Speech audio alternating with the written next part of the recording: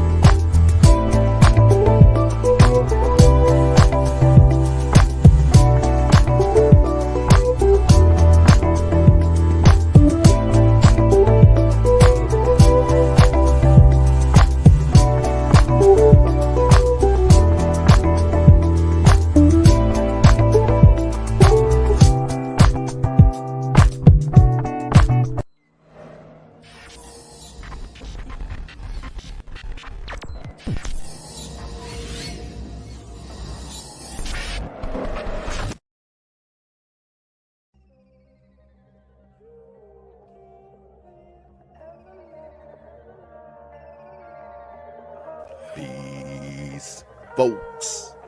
This is X from TPOT Media. Open your mind and wake your black ass up. You know what time it is. Hit that damn like button as you make your way in the door. Grab a seat, settle in, get ready. It's the Grown Man Hour with your host, my man, Bernard Riley.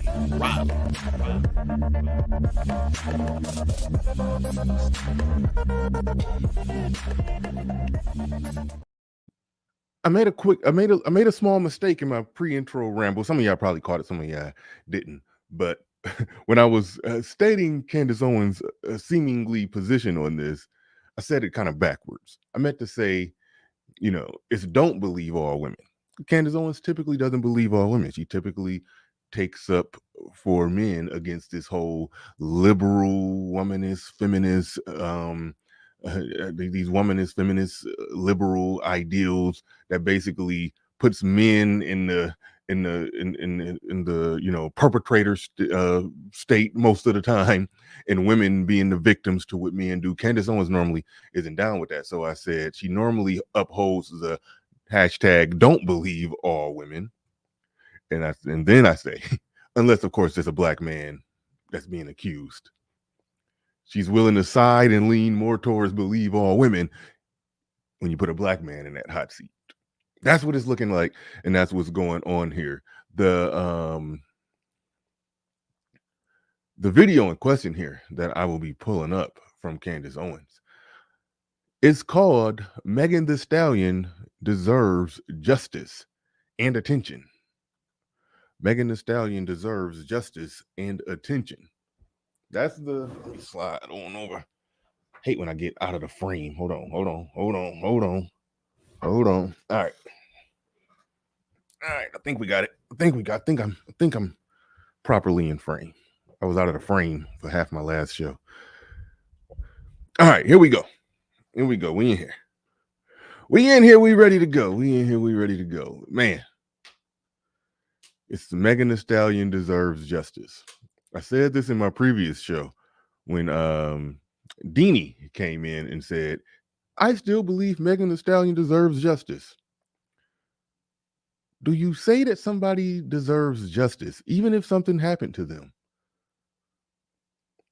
Let's just say that a woman was raped. And she says this guy did it. And she says that guy did it, or whatever. But it's turning out that that's not the person who did it. And that person is facing 25 years. I don't think you circle back and say that person deserves justice. I don't think you have a conversation about that person, about the person, even if she was actually sexually assaulted in the worst way. You still don't come back and say they deserve justice if it's being proven that they're lying on the person, that they got the wrong person in the hot seat. At some point, it's like, fuck your justice.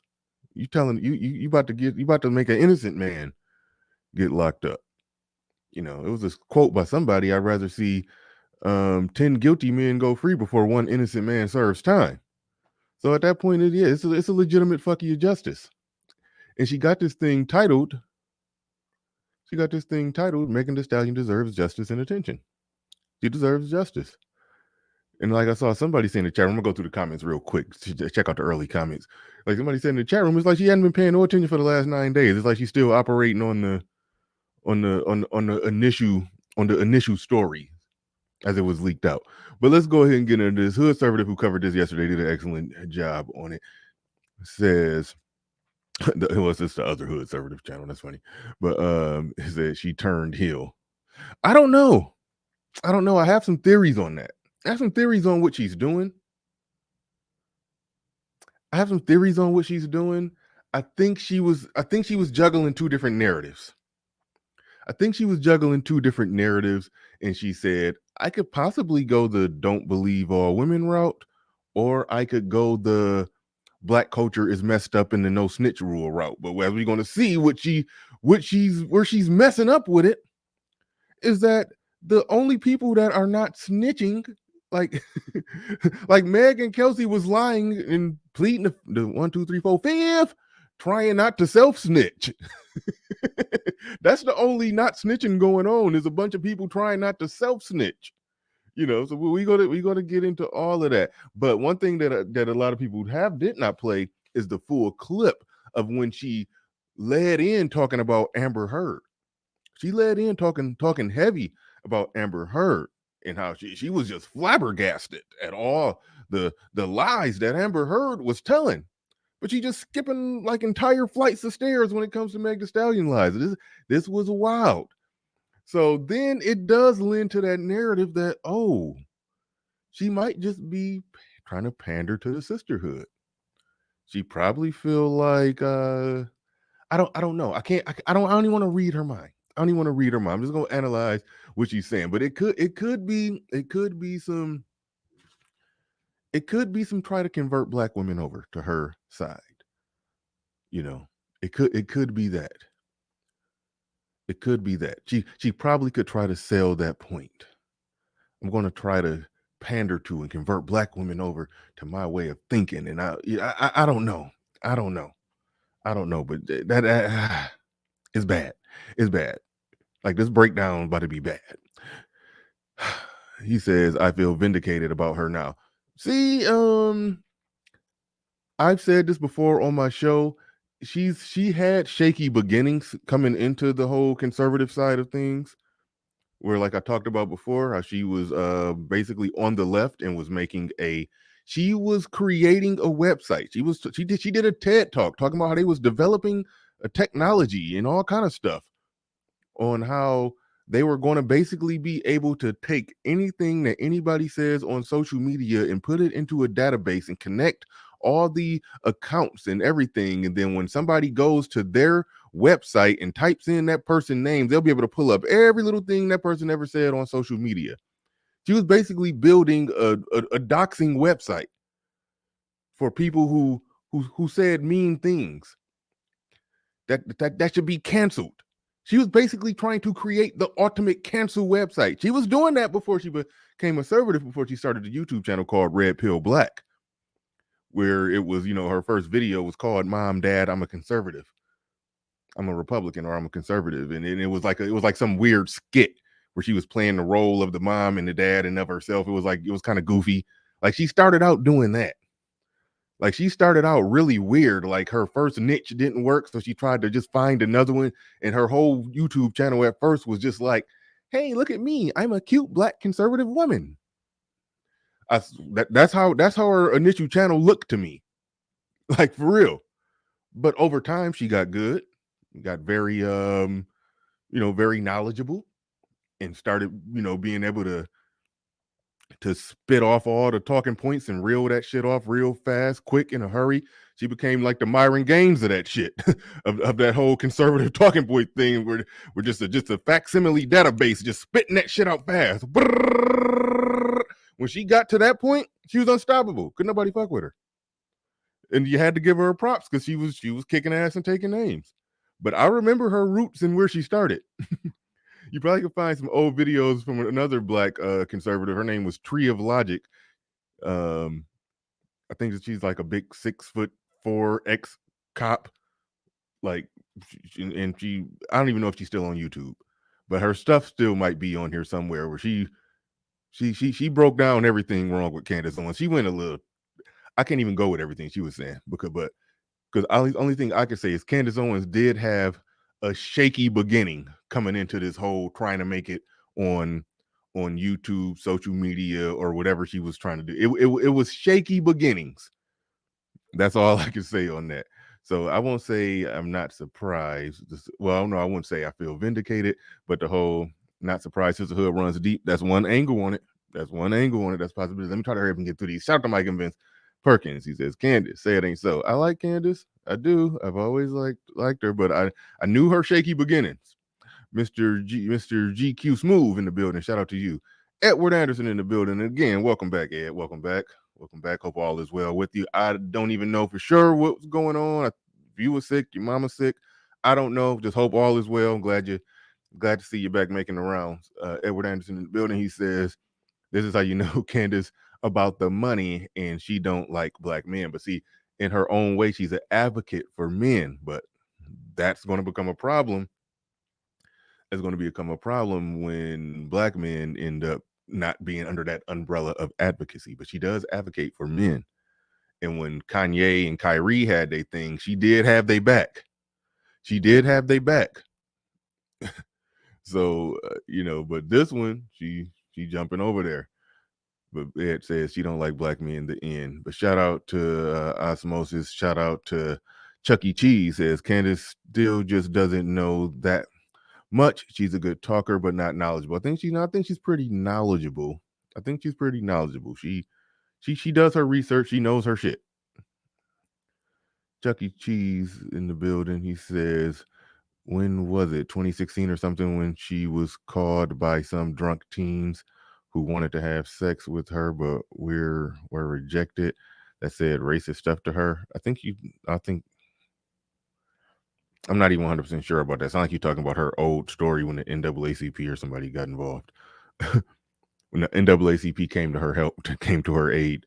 Delate God in the building says, "What's up, good people?" Hey, that's my line. Shout out to everybody. I'm trying to get through it. Trying to get through it.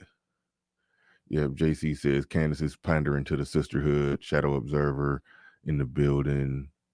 Shout out to Jackie. Shout out to J Speed in the morning. Says good morning, friends and animes, FBI agents. Hope everybody. All right, I'm gonna get to the super chat and then get on with it. Get to the super chat and then get on with it. Prince Revolver in the building says they always come together like Voltron when it comes to men. Not always. Not always. I'm gonna prove it. I'm gonna prove it.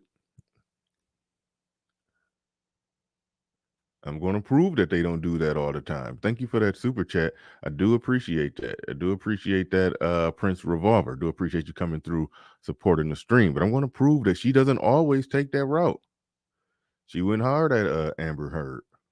Frankie Hines in the building says Candace O protects black men from other races, but throw black men under the bus when it comes to black women. Now, what you described right there, that is literally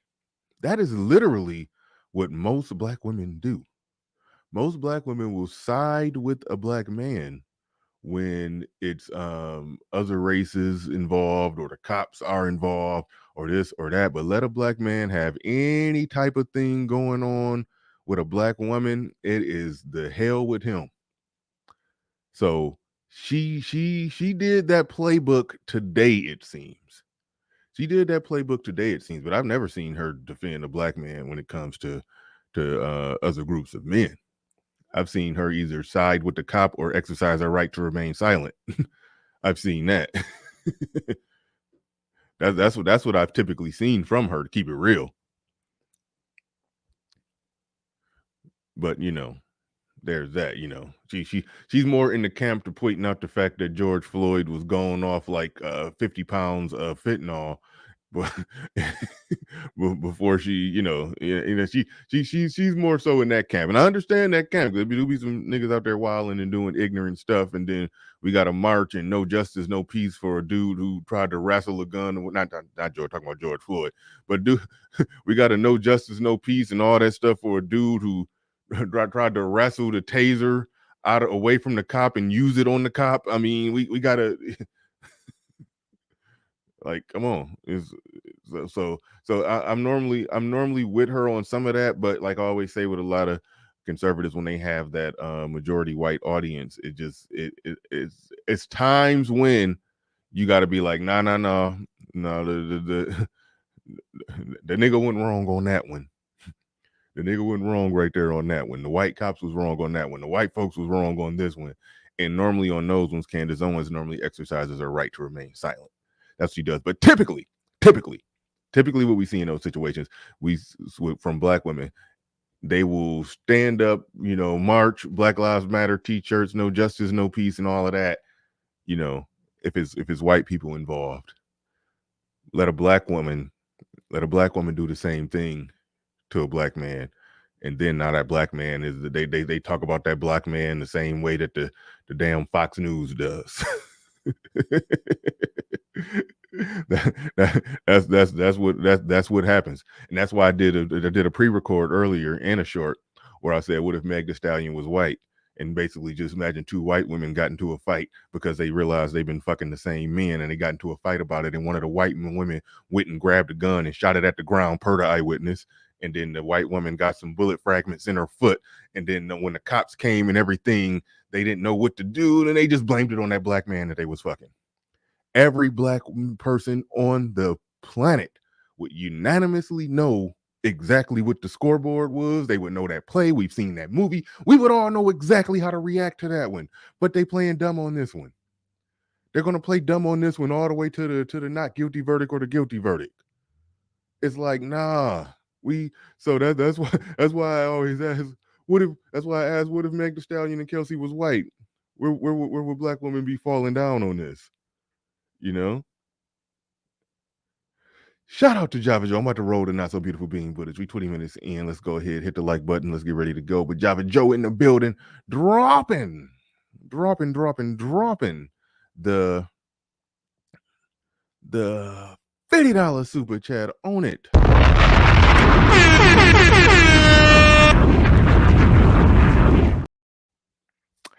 Java Joe says, Happy holidays, Bernard and chat. Here's to another year of black male centric conversations. I actually like that term, black male centric.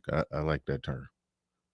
I do like that term. But shout out to you, man. I do appreciate you coming through and supporting. Do appreciate you coming supporting. Happy holidays, Merry Christmas, Kwanzaa,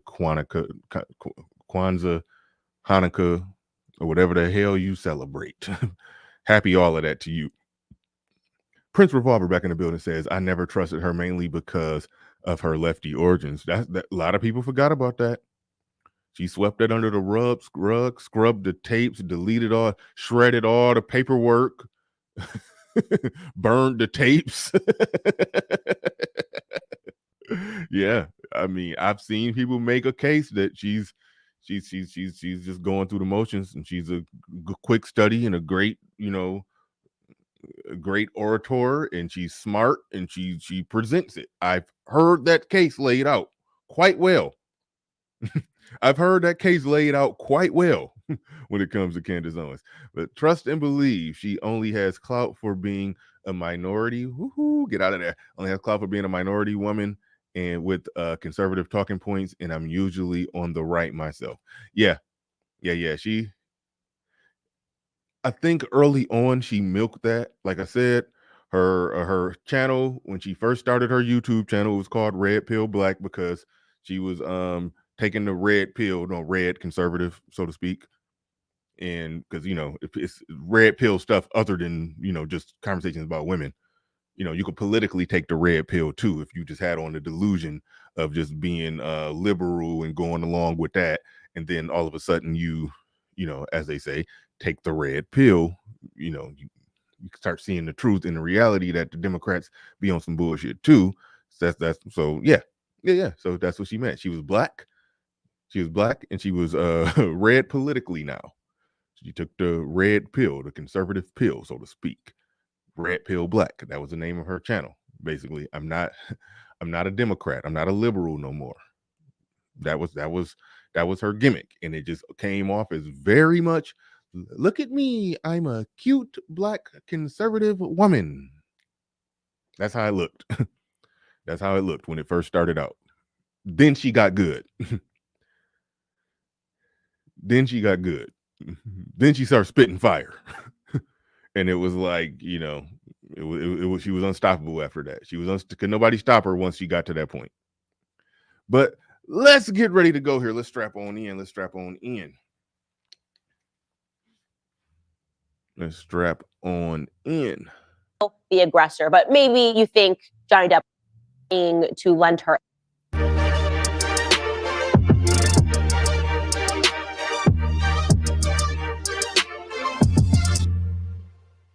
All right. Cool intro. I need a short one like that. Guys, so Amber Heard, you know that we followed that story very closely because from the very beginning, it was apparent to me that she was lying.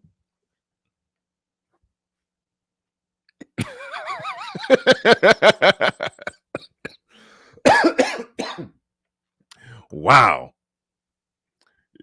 Notice how she was able to just filter that right through her little bullshit test, her bullshit testometer, and it didn't pass. She didn't filter Meg Thee Stallion's stuff through that. She failed to filter Meg Thee Stallion's lies through that, even though it did initially start out with a lie where she said she stepped on some glass, and then she circled back and because she realized that when the cops came to the scene and were finding casings and shells and bullets and stuff, she knew that wasn't going to work. And then that's where the Tory did it story started came out. Why were they lying? The two women in that situation was lying. Kelsey came around but the two women in that situation was lying to protect themselves, to not snitch on themselves.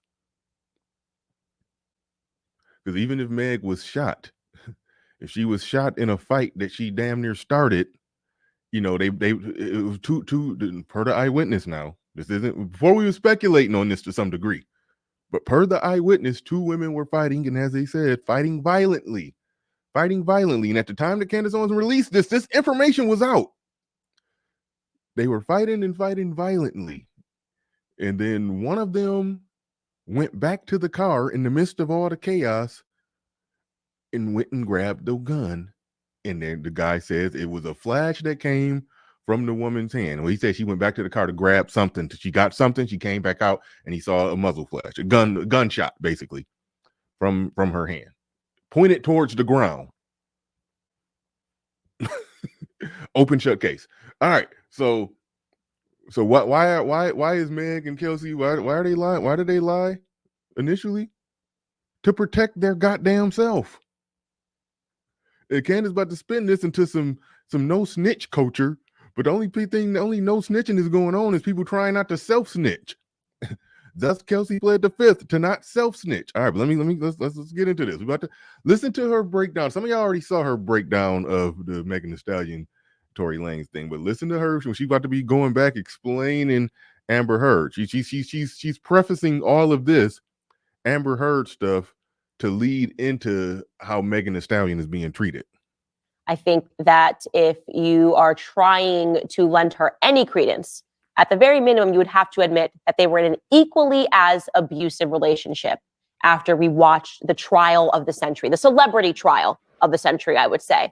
It's very clear that the poor victim Amber Heard version that we were being sold for years under the guise of Me Too and Time's Up was not actually so innocent, that she was volatile, that she herself hit him, that she called him a baby. She told him that no one would believe him. That's, again, the most sober interpretation. If you're trying to lend her any credence, you would say she herself was also the aggressor. But maybe you think Johnny Depp was too. Well, Amber... Again, I can hear how she analyzing this. She's saying the whole thing about Amber Heard just being the ultimate victim and being abused by a man that is proven to be a lie. It's literally the same thing with this case, where the whole story of it, they were arguing and everyone was arguing. I just wanted out of the car, and then I just got out of the car to just separate myself from the problem, and then Tory Lanez just stood up on the car and was saying "dance, bitch, dance" and shooting at my feet. Like, that is proven to be a lie. That is proven to be a lie. Her whole everything, her whole protect Black women, like, and just like she talked about how Amber Heard, you tried to use Me Too momentum and all kind of stuff. Meg Thee Stallion tried to use the, hey, we want to protect Black women, right? Malcolm X quote, right? So it's the same thing. Again, with the white people, she could filter it through her more rational, conservative thinking mindset, understanding that how her male advocacy and understanding how women have done thus and so to men and try to play the victim and use to play the female card against the evil man. She understood how to filter around all of that nonsense and apply proper logic and scrutiny to it. She cannot do it when there's a Black man in that hot seat. I'm hoping. This is messed up. Amber Heard has decided to pay him $1 million to settle the defamation trial that she lost, in which the world realized that she was not just a victim.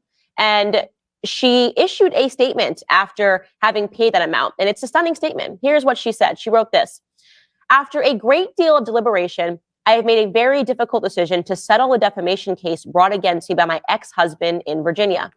It's important for me to say that I never chose this.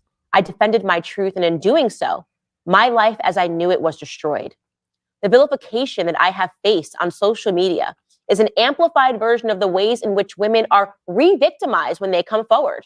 No, this is Amber Heard after the fact, writing a statement. She's reading the statement from Amber Heard.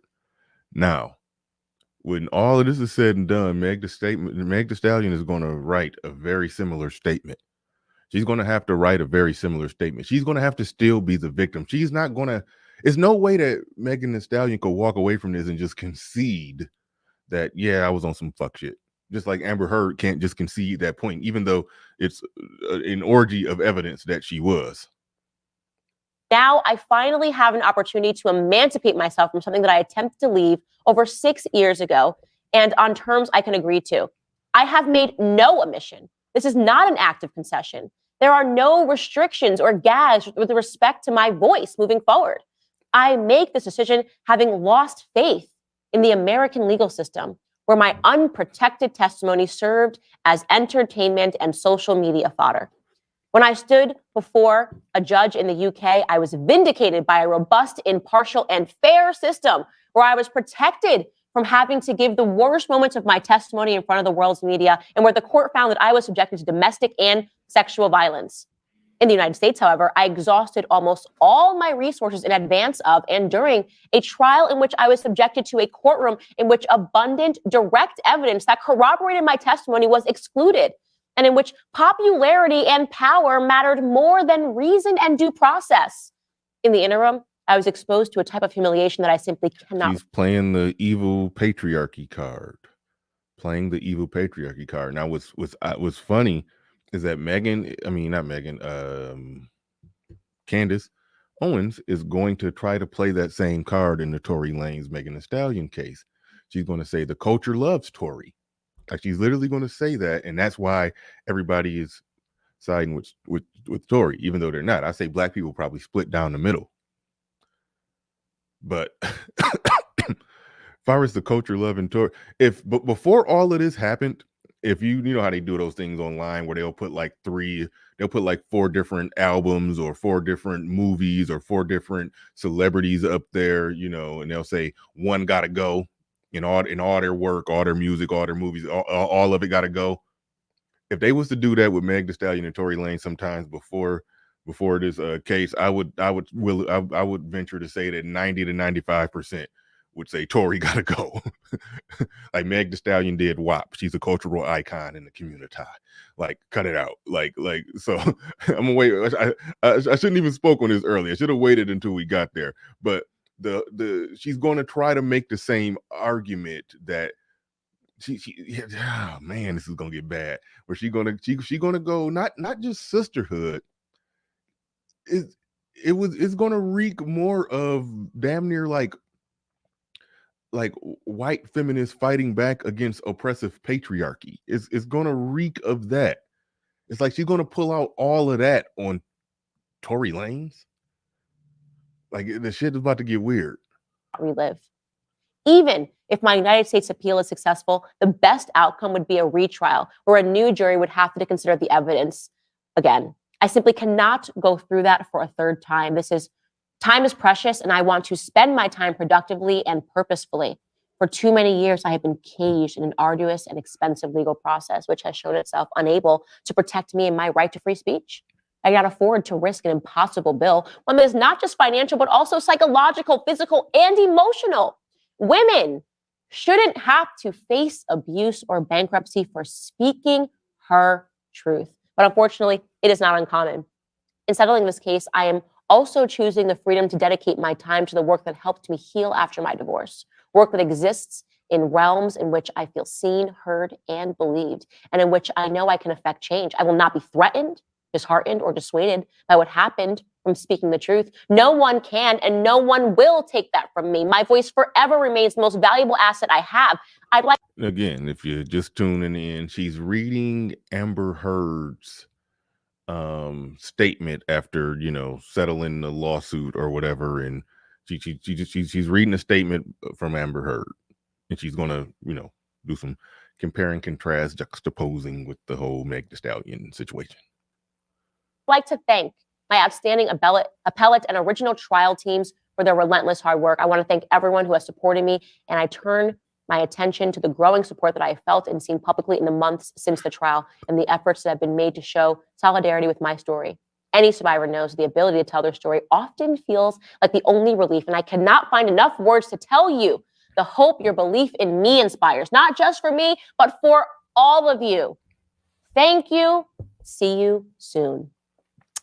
That is Amber Heard gaslighting us all. That is what it is. That statement is a very powerful. Okay. Now, if she can acknowledge that that's Amber Heard gaslighting us, how can you not also acknowledge that Megan Thee Stallion was gaslighting, when this whole altercation started from her and her friend sleeping around with the same man and they got into a fight. And one of those men she's sleeping around with was a man that she accused of shooting, even though the eyewitness say the woman shot towards the ground at the other woman, basically. So when she's on there saying, no, I never had a sexual relationship with Tory, or yeah, I just got out of the car because I just was not feeling comfortable with all the arguing that was going on and everything. Like you can't, like, her filtration system cannot is turned off for Meg Thee Stallion. It's turned off for Meg Thee Stallion. She's not looking at any of that stuff as gaslighting us. She's not looking at performing on stage, twerking on stage with imagery in the background of Malcolm X and his quote about black women being the most unprotected and all of that. She's not seeing all of that as gaslighting. Her trying to play the victim and paint the evil man as the culprit. Like she's not able to see any of that as gaslighting, but she can clearly pick through the gaslighting with this Amber Heard thing. Even after an eyewitness has proven the story, the eyewitness basically proved the dance bitch dance and all of that. He's proven all of that to be untrue. The women were fighting. The women shot first. The men got involved trying to separate that, and it was a bunch of and it did turn into just an all-out fight. Everybody was fighting. It did turn into that, but the men got involved to try to protect the women from themselves. Like that's what has came out. But the whole victim narrative is a gaslight. And that gaslight has been prevalent from the start in this thing. She can see it with Amber Heard. She can't see it with Tory Lanez. I mean, she can see it with Amber Heard. She can't see it with Meg Thee Stallion. Is she taken up for a sister? Is she fist in the air for the sister? Or is it that she only can apply her logic when it's a non-black man who's being accused? When a black man is being accused, then all of her logic, her reasoning, her ability to pick apart bullshit and understand how somebody is trying to work the media, push propaganda, sell a narrative, put out certain messaging, and she can figure all of that out when it's when it's a white man in the hot seat. Put a white man in Hollywood, take a white man in Hollywood, put him in the hot seat with a woman accusing. She could figure out and sift right through the bullshit. But here we are 9 days into a trial. At the time of releasing this, you got Kelsey who's pleading the fifth. She's saying Tory didn't do it, but I got to plead the fifth on who did it because I don't want to incriminate myself of committing the crime that Tory's on trial for. That's what that pleading the fifth means. She can't filter through that. An eyewitness is basically disproving Meg's story. She can't filter her way through that. Why? Is it because she's taken up for a black woman? Or is she only can apply that logic when it's not a black man in the hot seat? You take a black man and you put him right there. She resorts back to her normal, well, I hate to say it. She resorts back to her normal programming. She resort back to her normal program when it's a black man in the hot seat. Put a different man of a different race in the hot seat, and now she runs it through her reason and logic filter, and it doesn't check out. Statement, if it were true, if Amber Heard was a victim of her own testimony, if Amber Heard did not watch her get caught in lie after lie after lie, if we had not heard Amber Heard, in her own words, threatening Johnny Depp, we had not heard, did not watch her.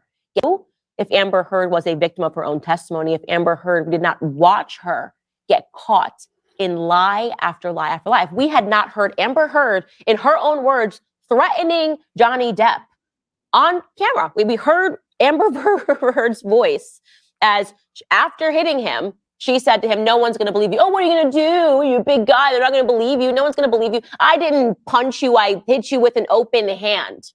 as I said, at a bare minimum, you would have to at least acknowledge that she was equally as violent to Johnny Depp as he was to her. My personal opinion is that she was more violent. I believe that Johnny Depp fell in love with her. It's wild that she's saying that with Amber Heard, we saw her get caught in so many lies. Meg started out lying. She started out lying, saying she didn't shot. Why? Because she was trying not to self-snitch or snitch on Kelsey. When it was proven that, okay, some shots was fired. We found gun casings, bullets, and shells, and the whole works and all of that. Okay, Tory did it. We find out later that it was two women that was at the root of it. Candace Owens is pretending like she don't know any of this stuff. Now, unless you can say she recorded this 5 days ago and then found out that, 3 days ago that, oh, this is what really happened. But then she just released it anyway. I refuse to believe she's that dumb. I think they're established enough over there at the Daily Wire to where even if they release a video, even if they make a video and that video is proven to be false, they're not just going to put it out anyway. Said she does when it's her personal blackmail. Uh-oh. Well, she defended Kyrie, and Kyrie's not her personal blackmail friend. She defended Kyrie when it's her and Kyrie's not her personal blackmail friend. That's why this is kind of a weird one. Candace Owens normally draws a hard line on what makes the most sense. At least she tries. At least she tries. But she went left on this one. Like you could just listen to the Meg Thee Stallion Gayle King interview. Me and Hood Conservative listened to it. And I had to I was like, every time she told a lie that has now been proven to be a lie in court. It was like 5 of them. It was like 5 of them within like a 5-minute clip.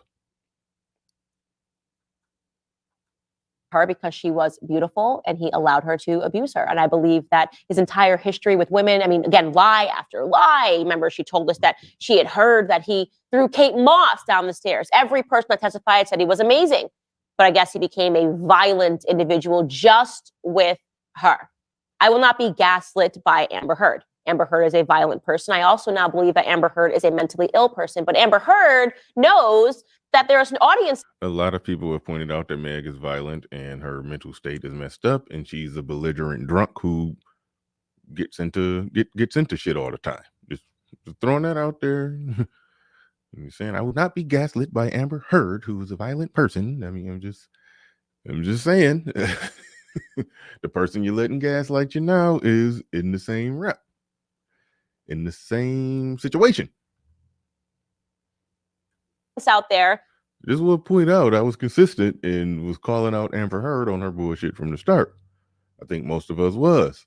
And most of us are still consistent calling out Megan Thee Stallion on her shit from the start. That believe women, no matter what, no matter the astounding, don't even believe your own eyes. You saw the trial. Don't believe your own, that believe women. No matter what, no matter the astounding, don't even believe your own eyes. You saw the trial. Don't believe your own eyes. Don't believe your own ears. Simply believe women. And she is telling you that she's admitting nothing.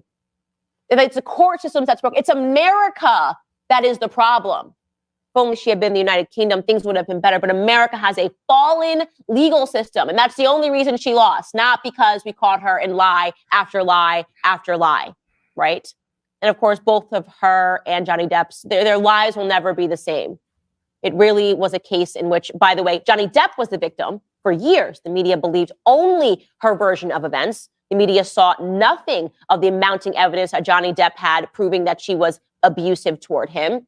And Johnny Depp was the person that was silenced, but she doesn't care because she's a woman, and me being a woman means never having to say you're sorry. I give you another example of a woman who should have to come forth and say that she is sorry for lying to us in the media. Does anybody remember Kesha? Kesha, the woman who sings the song, I wake up in the morning feeling like P. Diddy. You remember Kesha? She had all those catchy tunes, maybe, or at least when I was in university, and she would talk about brushing her teeth with a bottle of Jack because when I leave from the night, I ain't coming back. Remember that, Kesha? Well, then I always love when Candace Owens does an impression of something ratchet. It's just funny. When she did that impression of Bad Baby, it was just funny as hell. But I'm about to skip this part because you're about to explain the whole Kesha story and how this chick basically lied and said some nonsense and said that she was great by some Hollywood producer and then tried to include Katy Perry or somebody in it, and Katy Perry said, no, that's some bull. And long story short, she ended up having to dismiss it or throw it out or stop or something. Basically, she in so many words was proven to be full of shit. She was trying to get out of a contract, or I forgot exactly what it was, but it's not really that important. But she's just using this to try to establish the black female victim thing, where she's basically going to say these white women are unapologetic. They just do whatever. They just tell lies. They ruin men's lives, and they don't even have to apologize for it afterwards. That's what she's trying to set up here. She can't see that Megan Thee Stallion tried to pull the same thing, and the only reason it would be crazy if Kelsey would have held the line.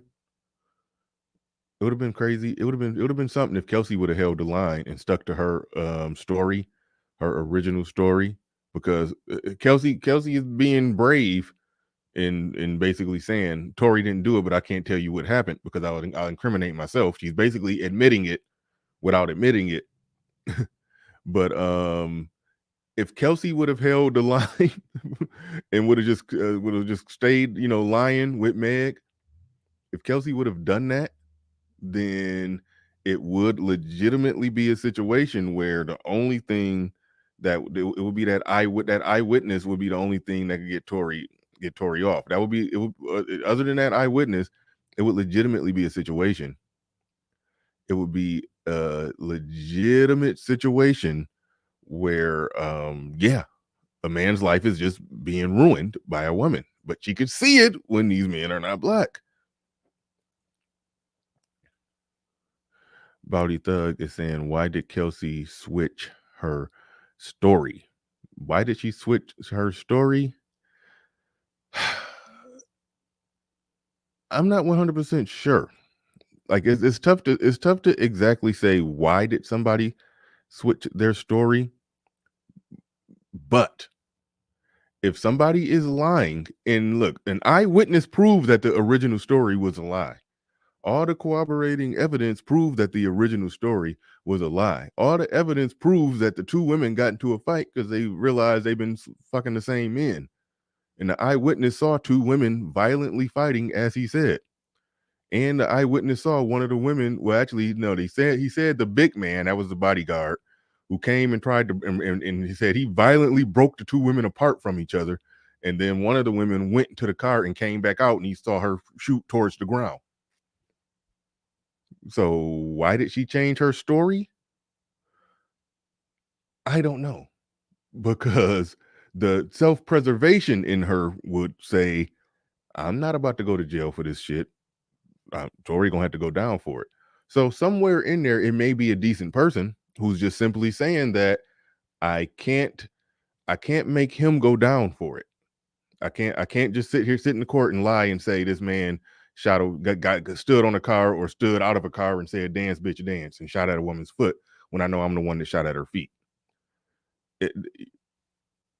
I reckon that she's just in a place where she just didn't want to do that. I think she talked to the right people and figured out that, can I say that he didn't do it without incriminating myself? Yes, that's what the Fifth Amendment is for. You cannot get this man locked up. You can say that he didn't do it. And then when they ask you what happened, you can plead the Fifth. Because pleading the Fifth, that means that you don't want to incriminate yourself of essentially the crime that he's on trial for. So that's where the Fifth Amendment comes in. And that's why I came up with a theory that I don't think the three of them are smart enough to figure it out, but I think some legal experts are smart enough to figure it out, that if all y'all work together and Megan just say Tory did it, and then Kelsey as the ultimate star witness comes in and say Tory can't do it, then Tory didn't do it, then they say who did it, and then Kelsey says, I don't know. I mean, no, Kelsey says, I can't tell you who did it because I can't speak on that. I can't speak on what happened because I would incriminate myself. So I'm going to plead the fifth. So Megan accused Tory, Kelsey absolves Tory, and then Kelsey pleads the fifth on what actually happened. In some three-way triangle way, they all walk. They all walk scot-free. That was one theory that I had. I don't think they smart enough to figure that out. But either way it go, if you're asking, no, Mike, I don't think Kelsey said. I don't think Kelsey said dance bitch. I don't think nobody said dance bitch dance. Meg poured that out her ass. Nobody have corroborated that in any story. Dance bitch dance have been nowhere. Let's hear Dane C's theory on why Kelsey switched her story. Kelsey switched her story because Tory's defense had an eyewitness. That eyewitness whole thing had to lie when they're an eyewitness. That could be it as well. That could definitely be it. I don't know how she wouldn't find out they had an eyewitness, but she knew from the start that the defense was going to try to pin it on her. That's something that she knew from the start with this thing, that the defense was going to try to pin it on her. So if you know that the defense is going to try to pin it on you, it's like you're in a rock and a hard place where, you either uphold the lie or you go or you either uphold the lie or you self snitch. But the wiggle room out of there is that she could tell the truth and then plead the fifth. And that's what she did.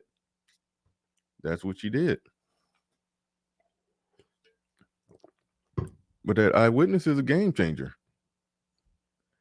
But shout out to Dane C. Do appreciate you coming through with the super chat. Shout out to the orange pill nurse. What the fuck is orange pill? I just thought about that.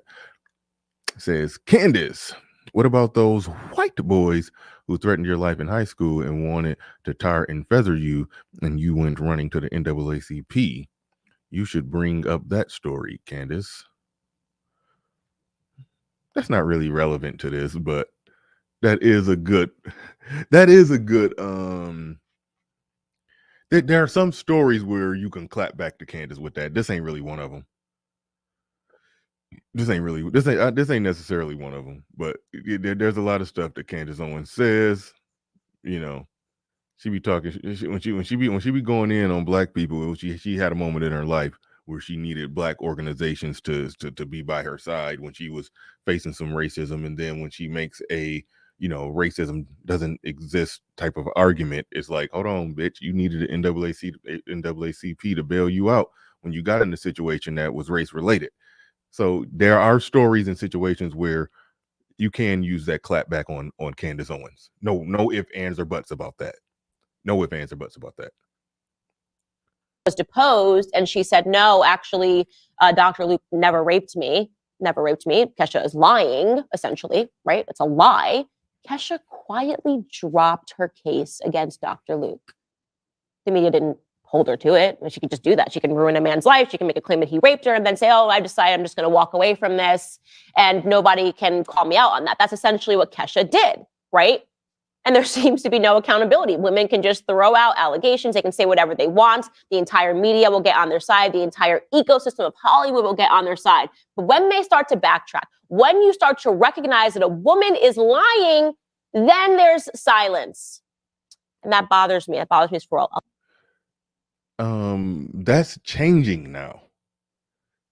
And you're one of the people who have helped facilitate that change, along with a lot of manosphere channels and a lot of men speaking up and talking, a lot of conservative channels speaking up for men, have facilitated that change to where 10 years ago, that Amber Heard case, Johnny Depp probably would have went down.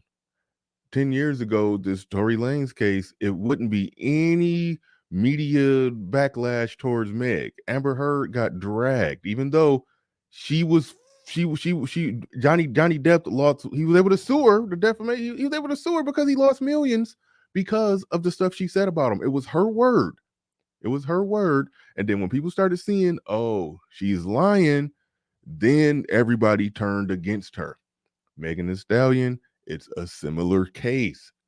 She came out, she said what she said. Now, she had her story messed up from the start because she lied and said he didn't do it. She stepped on glass, and then when they proved it was bullets there, okay, I got to say somebody who did it. Let's just say it was Tory. And then it was some other inconsistencies, and people just didn't believe her. And then when all the facts really start coming out, then it was a situation like, yeah, she's lying. And then once it became more obvious and apparent that she was lying, then the public did what they were supposed to do and come down hard on Megan, just like they came down hard on Amber Heard. The public didn't used to do that. They do that now. So that's why I'm like, what is she talking about? What is she talking about? Now, the Kesha chick, that floated under the radar. Maybe she was in the bigger, well, she had that hit song. But I don't know what else she's done since then. But I didn't know that much about her story. I really didn't. But Amber Heard and Tory Lanez, Megan Thee Stallion, that shit was everywhere, and everybody applied the right amount of pressure. This is the new day that we're in, where the right amount of pressure is being applied to women who lie on men. That's the new day that we're in. So Megan don't get a pass. It's like she's pleading for Megan to get a pass on it, because in the past there's some white women who've got a pass, but white women don't even get that pass anymore. They don't. Amber Heard ain't about to be working. A lot of reasons. In fact, I think Megan probably gonna be able to drop an album and do concerts after all of this. And even if Tory is found not guilty, Megan is probably going to be able to drop albums and sell tickets to concerts and the whole works. I don't think Megan gonna miss a beat. I think Amber gonna suffer more. Reasons. Using the internet without ExpressVPN is like taking a phone call on speaker in public. Your online activity. Also, all right, now we're about to get into the Meg Thee Stallion version of this. I'm just skipping her commercial. And whether or not people should come forth if they have their homework together. Sure. An example of that bigotry I experienced when I was or white media, where there seems to be so much silence, is hoping she's more black because she can use the black card. I'm talking about real black victims. To be the same Hollywood treatment when it comes to svpn.com/Candace to get an extra 3 months free of ExpressVPN. ExpressVPN.com/Candace. It bothers me because that doesn't seem to be the same Hollywood treatment when it comes to. Good stuff right there, Dame C. That part I didn't know. If Kelsey knew about that witness from the if Kelsey knew about that witness from the DA, then that's it. That's it. She had to change her tune. She was upholding the lie until she fucked around and found out that, oh shit, somebody saw it. There it is right there. To black women. And I'm not talking about maybe 7% black Meghan Markle. To black doesn't seem to be expressvpn.com/Candace. It bothers me because that doesn't seem to be the same Hollywood treatment when it comes to black women. And I'm not talking about maybe 7% black Meghan Markle, who now is hoping she's more black because she can use the black card. I'm talking about real black victims in Hollywood, where there seems to be so much silence regarding their stories. And there's a particular story that I want to make you aware of because you. Now, this is where the sisterhood pander is coming in strong. Should be horrified about it. I am horrified about it. Before we even talk about that story, I want to say this is not the fault of white people or white media, right? It is also it points to a cultural issue when it comes to black people as well, right? And the bigotry of low expectations when it comes to black culture. An example of that bigotry I experienced when I was young, I had a crush on this black guy in my class named Jamal, and Jamal and I shared an economics class in high school. And we would talk for hours on the phone at home. We also had a biology class together. We'd get through our homework together. And then one day in economics class, I don't remember why my professor brought this up, or teacher rather, it was high. And that's a good point also, Dame C. And I alluded to that earlier, that, black conservatives who have a predominantly black or predominantly white audience, I tend to side eye a lot of things that they say. love this space because there's a lot of conservative, right-leaning black men who have majority black male audiences. So we're having a real conversation on the inside. We're not just it's no pandering because there's nobody here to pander to. if y'all looked up and I had a 70% white audience, and you could question some things. Unfortunately, that's just how it is. But so yeah, I do side eye and question. Not saying that they're all wrong. If most black people are not conservative. So if you have a hardcore conservative channel, like if that's what your channel is about, Republican or conservative, Republican politics and conservative ideals, views, philosophies, and if that's what your channel is about, then eventually you're going to attract more white people than black people. That's a brute fact of reality, and I don't like that. But they end up with those channels where they even if they came from a genuine place, they end up in a situation where it's white folks paying their bills. Candace Owens' audience is majority white male, but she let white men have it when they're white liberals. So she has a white male conservative audience. She lets white male liberals have it. She ain't giving two shits about Tory Lanez though. But thank you for the super chat. Do appreciate that. I will try to catch all the super chats. We'll try to catch all of them. Get the likes up. Oh yeah, we about to get into this Jamal story that I don't believe. For hours on the phone at home. We also had a experience when I was young. I had a crush on this black guy in my class named Jamal, and Jamal and I shared an economics class in high school, and we would talk for hours on the phone at home. We also had a biology class together. We'd get through our homework together. And then one day in economics class, I don't remember why my professor brought this up, or teacher rather, it was high school, Mr. White asked a question about snitches, right? And whether or not people should come forth if they knew something to be true. And Jamal used to live on the east side. He said, I would never snitch. And Mr. White looked at Jamal and he said, what do you mean you would never snitch? Mr. White said, okay, what about, I have a daughter. If you witness that in a drive-by shooting, my young daughter got shot and died, Jamal, tell me that you would tell the police that the person that you saw did it. If you saw the person who shot him. Jamal got up, was trying to act real hood. Man, I would never say nothing. Not where I'm from. You don't snitch for no reason. You don't snitch. You don't nothing. No, you don't say anything. That's just not. It's against the code. I remember that line right there. That's why I don't believe the story. Does that guy, the way he was talking right there, do that sound like like a study buddy that Candace Owens studied with and did biology with? Somebody who talked like that. They were really good friends. We talked on the phone for hours and we studied. We got this. That's how she set it up. Like we worked on our biology homework together with some dude who like, no man, I ain't about that snitching. I'm from the streets. I'm from the hood. Now let's get back to this biology, bitch. It's like you made up this dude. You made up this dude. I'm from the streets. I never snitch. Now let's get to this biology, bitch.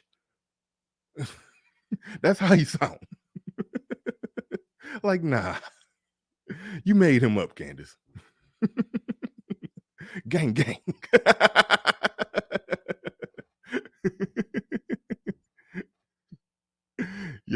Yo, no snitching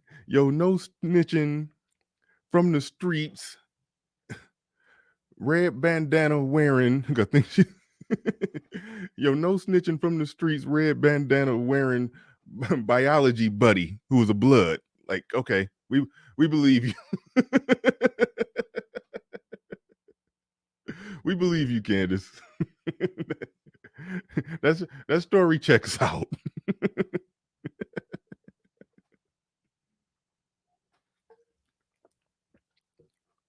Like she said, they was really, really good friends.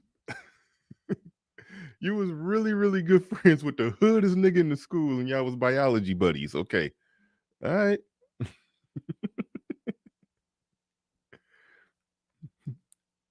Coincidence that he got the blackest name on earth. Coincidence.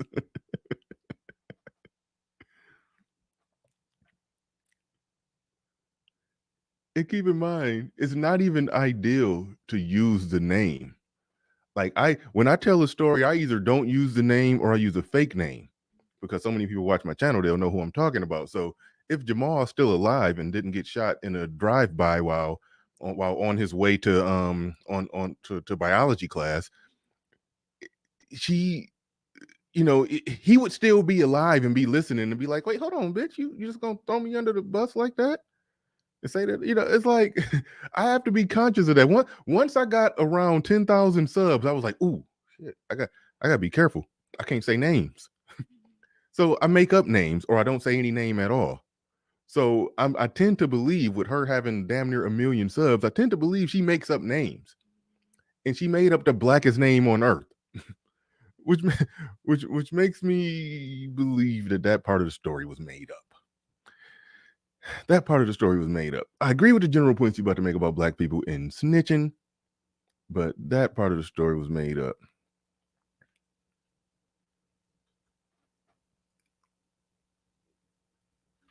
Shout out to Jay Freeman, Black Men. Jay Freeman, Black Man in the building, says Candace Owens single-handedly stopped the black people from voting Republican. I don't know. I think I put it like this. I will give her credit that she is stirring the pot of the culture. And that's why I reluctantly did this. That's why I reluctantly did this, because I do believe she is stirring the pot of the culture and waking some black people up to, even if you're not going to wait, hold on. Damn it. I read Republican, my mind said Democrat. You said Candace Owens single-handedly stopped black people from voting Republican.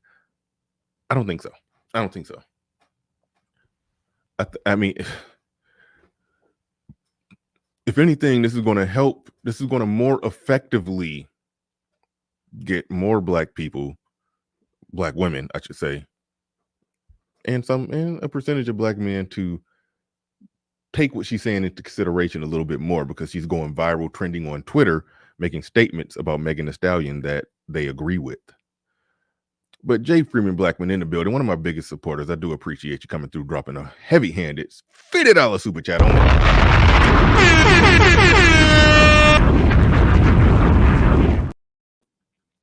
Do appreciate you, brother. Do appreciate you. The Standard RLC in the building says, her Jamal is like Cory Booker's T-Bone. I don't know nothing about Cory Booker's T-Bone. But if Cory Booker has a friend named T-Bone, I don't believe it. I don't believe it. They keep bringing up these mythical Negroes that they studied biology with, who also used to crip walk into the biology class talking about some no snitch. I don't snitch because I keeps it real, nigga. It's like, come on. Like you're clearly, like, you sound like, what she sound like is how, like in a lot of black actors, black people that have worked on TV shows and movies said, when it's a writer's room full of white writers writing black people, they're writing a script, or they're creating black characters, like she, and then the black people just be face palming, like, really, that's how you think of us? That's how you think of us? It's like her creation of Jamal, and what it sounds like, Cory Booker's Booker, I forgot. I'm mixing it with the basketball player. But anyway, Cory Booker's a creation of T-Bone. It's like they're out of touch with black people, to the point to where they're writing writing black characters the same way that white writers in the writers' room write out black characters. They gotta, it was a lot of white people that used to write for like Good Times and all kind of shows. We gotta write a character. Okay, we're gonna have him walk like this, and and his name gonna be J Rocky Dog, and he gonna say, and in his tagline is gonna be, and they'll just truth only. And before every sentence and after every sentence, he gonna say, "Yo, job turkey." It's like That's how I feel about her Jamal that she gave us. That's just how I feel about it. Looking at Jamal and just watching my crush disappear. I want nothing to do with this filthy animal that would watch a child get shot, watch a child die, and thinks that it's cool, that it's some part of the code, this unspoken black code, not to say anything. I want nothing to do with that code, period. Call me a snitch. I don't care. If I watch a child get shot and I know who did it, I am telling the officers, I am telling the family. I want nothing to do with the cancerous culture that tells me otherwise. Now, this is where Candace Owens keeps it real and says good stuff, and we obviously agree with her on that one, that the no snitch rule is some nonsense. The no snitch rule is a rule that's when both of y'all is involved in something and one of y'all got caught. You don't snitch on the other people involved in the same crime. It does not apply to non-criminals who witnessed a crime. It doesn't. So a lot of black people get that one wrong, and it's ridiculous. And where she's getting this wrong is that she's applying that to why people are shaky on why the stories are conflicting and people's stories sounding shaky, because she's just assuming Tory did it and they're trying not to snitch on Tory. Reality is they're trying not to snitch on themselves. That bodyguard that came up missing, Meg's bodyguard, he came up missing because, if he's Meg's bodyguard, his loyalty and allegiance is to her, and he don't want to come up there and basically tell what actually happened. Well, he could, but in doing so, he would be just coming up there saying he would be explaining what the eyewitness saw. He would be explaining he came up missing. He came up missing because it's a weird situation where Meg's reputation, Meg ain't on trial for nothing, so it's like he can't really snitch on her, but he could just completely destroy her reputation by just coming up and saying, no, Kelsey was the shooter. Yeah, I know, because when I separated the two from fighting, Kelsey went and grabbed a gun. Oh yeah, she lying on Tory. Like that would be damning to her. Like that's really where the no snitch end is. Like he's trying to protect Megan's reputation. Megan was trying to protect her friend in the whole messy shit that they got into. Kelsey is trying to protect herself. It's like it's a lot of people trying not to self snitch, but she's just think everybody is trying to protect Tory. Why am I telling you guys this completely innocuous story from my high school? Because it's not so innocuous, right? Because people like Jamal grow up and they become people that don't say something. And so is the circumstance when it comes to an artist named Megan Thee Stallion. Now, hold up. You saying, hold on, you said Meg's bodyguard isn't an eyewitness. He wasn't. Okay, maybe I'm getting confused. It was per the eyewitness, it was two men involved. I'm probably mixing the bodyguard and the driver up. Okay, probably mixing the bodyguard and the driver up. All I know is that per the eyewitness, it was a short man, Tory, a really big man, that's the bodyguard of the driver, and two women, that's Kelsey and Megan. And he said it was started out a fight between the two women, and then the big man came and tried to break it up, and then one of the women went back to the car, and she came back out with the weapon, saw a muzzle flash from the weapon, and then it turned into just an all-out battle royal between all four of the people. And in the midst of that battle royal, Tory dumbass did get the gun and shoot in the air to try to break. He shot in the air, trying to break it up, trying to stop the fight or whatever. But he shot in the air, and he might get some time for that. That's called I think it's a reckless discharge, or an unlawful discharge of a gun, or something like that. Unlawful firing of a gun. I don't know the law, but he might do some time for that, for shooting in the air. So yeah. So regardless of whether okay, Tory's bodyguard was there. Okay, why he ain't take the stand?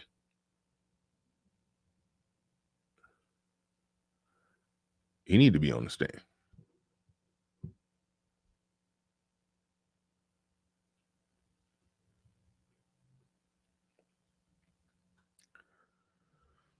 But either way it go, it was 4 people. It was a big man who was somebody's bodyguard and or driver or whatever the hell, and Tory and Meg and Kelsey in an all-out battle royal. That's how the guy described it. Prince Revolver in the building said, ironically, Meg herself promoted no snitch when she openly said she didn't want to say Tory did it because she didn't want him to get shot by the cops. Shot when the cops pulled up. Everyone snitched, but Tory. Yeah. Yeah, if anything, Tory should have been the one jumping up and down saying it was Kelsey. If anything, that should have been the case.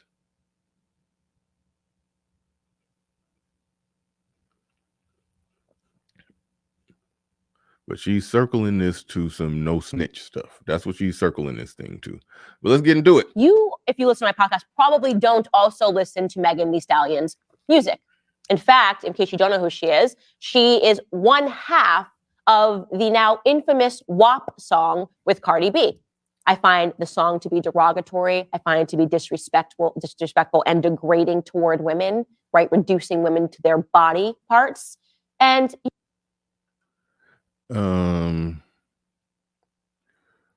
really quick. Okay, RM is in the back now. Hi, RM. Welcome aboard. Scroll up because I miss super chats when you're not here. So scroll up and check and see if there's some super chats that I missed. And then click and then start them. I might have got them all, but just double check for me. I appreciate it. All right. Back to the regularly scheduled program. You guys know that I don't support that kind of music. I want to be very clear about that. But what happened and what is playing out with Megan Thee Stallion in her real life, not in just her performance life, is one of the most hideous things that I've ever seen. The fact that the person that is behind this has not been canceled is incredible to me. Megan Thee Stallion was dating a rapper named Tory Lanez, okay? And one night they went to Kylie Jenner's house for a party. Apparently this was a fun pool party and everyone had a great time and people were drinking. And there's no question after having read the story that Megan Thee Stallion was drinking.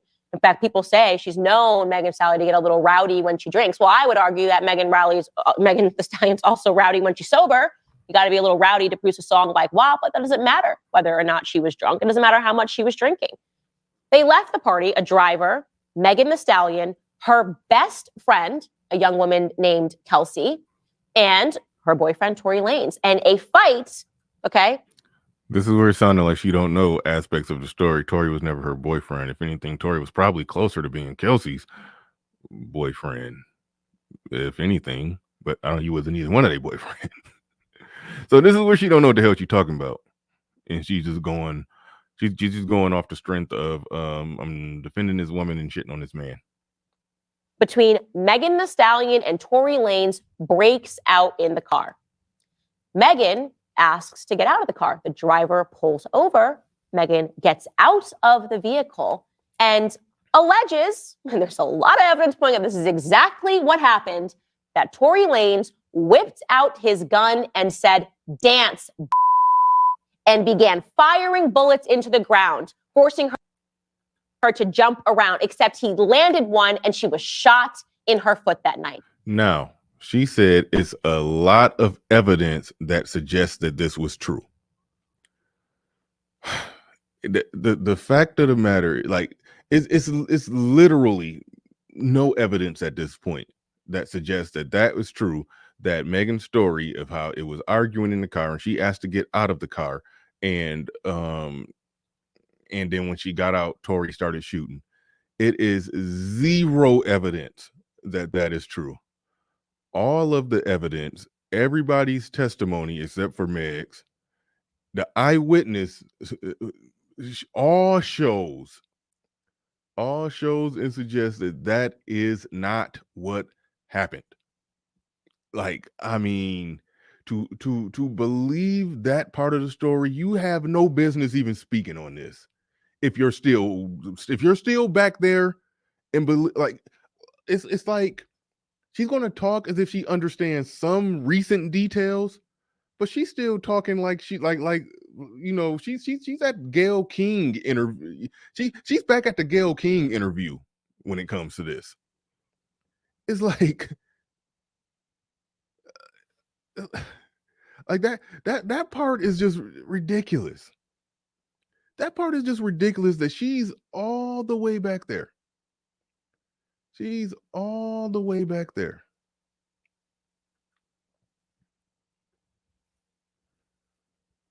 And literally said it's a lot of evidence. Literally said it's a lot of evidence to support this. A lot of evidence to support that Meg just wanted to get out the car. And when she got out the car, Tory started shooting at her. Like I keep saying, we got an eyewitness that shows that that car was pulled over. And the eyewitness heard a lot of yelling and screaming and cussing that was coming from, I guess, inside the car. And then it escalated outside the car, and they was fighting kind of in the car and out the car and in the car. They was fighting, and one man, the big man, that clearly wasn't Tory if he said the big man, but he said the big man came and separated them, and then Kelsey went and grabbed, and then one of the women, because I don't think he knew who was who in the midst of it, but one of the women went and grabbed a weapon, and he saw a flash, like a gun flash, come from that weapon, pointed towards the ground. Eyewitness. At the time of Candace releasing that information was out there. That information was out there at the time that Candace released this.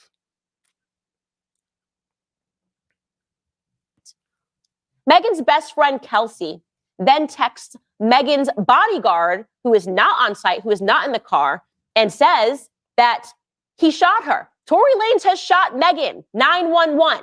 This is a crazy situation. Of course, because bullets were fired, somebody nearby heard this and the police were called. And eventually their vehicle gets pulled over. Megan, you can see in this footage I am about to show you, she is limping and there is a trail of blood behind her. And of course, officers made them get on the ground to assess the situation, to see what was going on. Megan Thee Stallion then required surgery in her foot. Surgery? And she's announcing, Meg Thee Stallion required surgery in her foot. As it's like she's still in a place where, as if it's a debate whether or not she got shot. Like, we understand she either got shot or bullet fragments. If you got bullet fragments in you from a shot that was aimed at you, that's I count that as being shot. She was shot. Nobody's disputing whether or not she got shot. Now, Kelsey saying that Tory did it through a text message. Now, I understand that that's going to make some people say, I get that part. But per the eyewitness story, if Kelsey was the shooter, it kind of makes sense to pin it on somebody else. Kelsey was on some pin it on Tory type shit. Kelsey was on some pin it on Tory type shit. It's getting to the point where Kelsey's current story and description of what happened, where she's saying Tory didn't do it, but she's pleading the fifth on what happened because she don't want to incriminate herself. The eyewitness showed what she would be incriminating herself of. It's like it's a situation where she damn near need to be on trial, and that eyewitness testimony to what happened need to be there. But Meg is maintaining that Kelsey didn't shoot her, so Meg is trying not to snitch on Kelsey. Well, she could right now if she wanted to, but she had to admit that she lied initially. So it's like she has to maintain her lie so she just won't be exposed as just some lying chick that tried to get a dude locked up for some shit that he didn't do. But the eyewitness is showing clearly that he didn't do it. So they are in a weird situation where it's a big spider web of lies. I trust what the eyewitness saw. The eyewitness saw is what a lot of people, is what most people was predicting.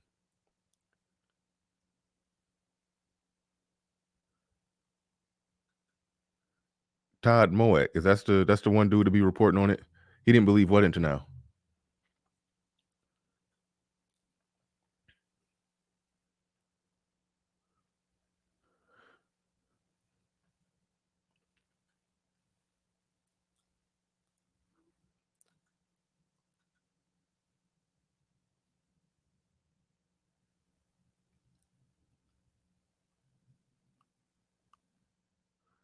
Yeah, Deanie, don't come in here saying I told you to check out the video. You the one who was saying, but Megan Thee Stallion still deserves justice.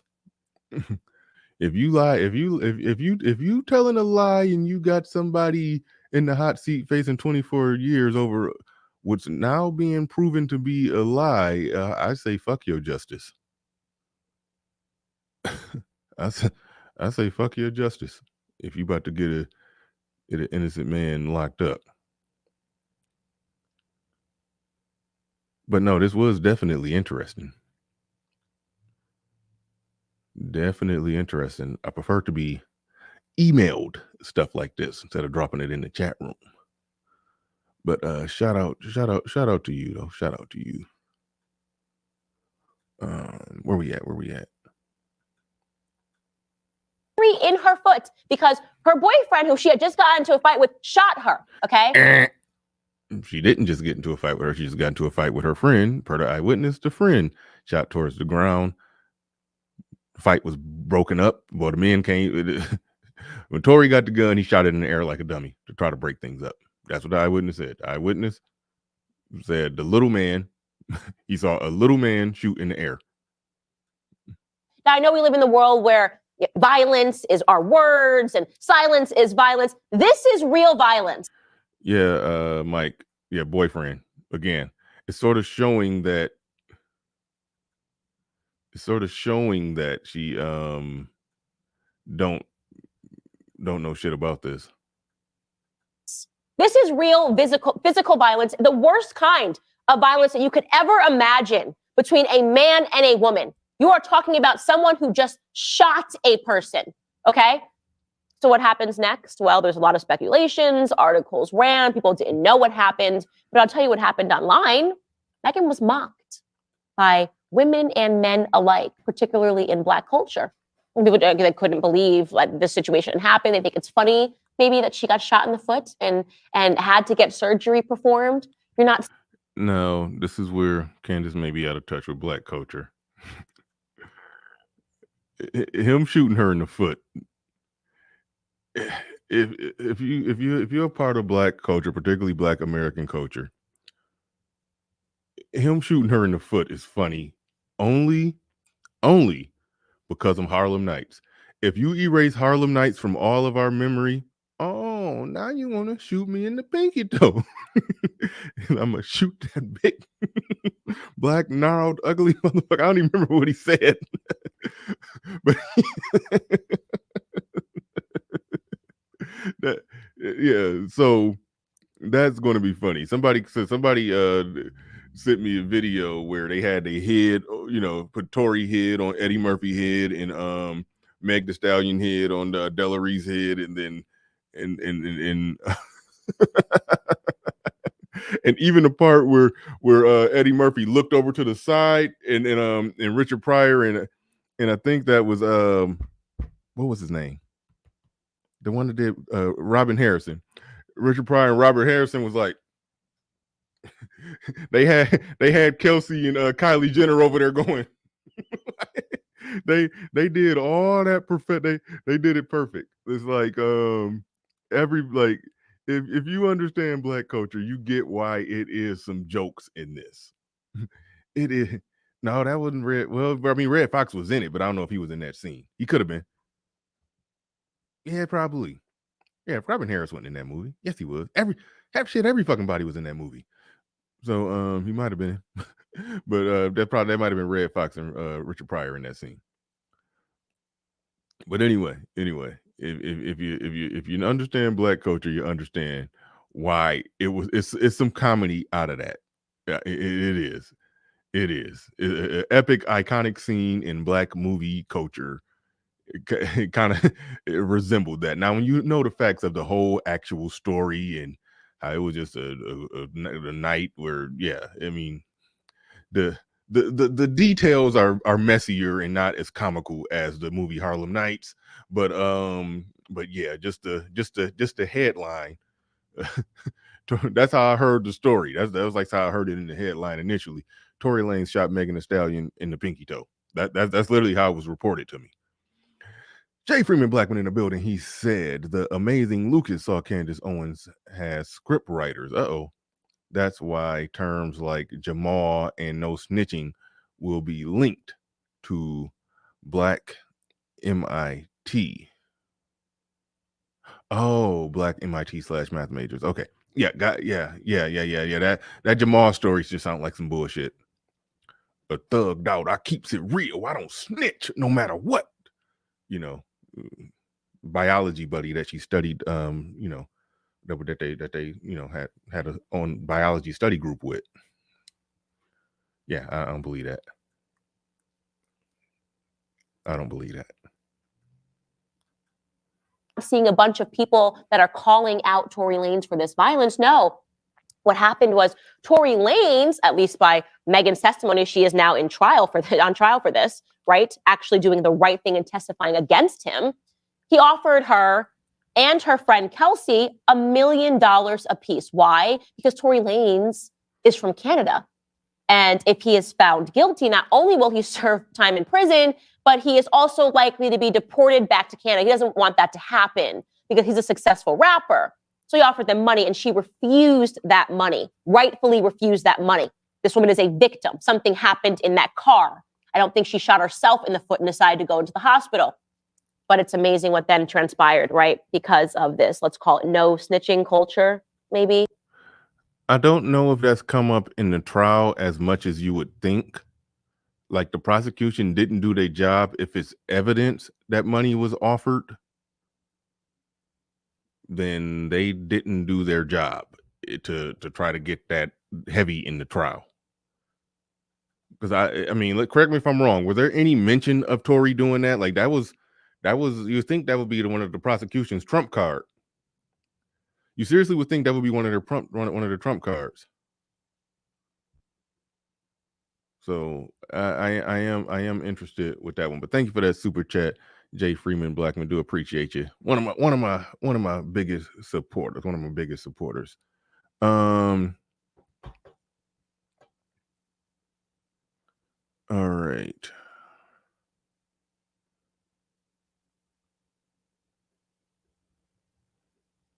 That is incorrect. That amount. Let's hold on. Hold up. Let me fix something. All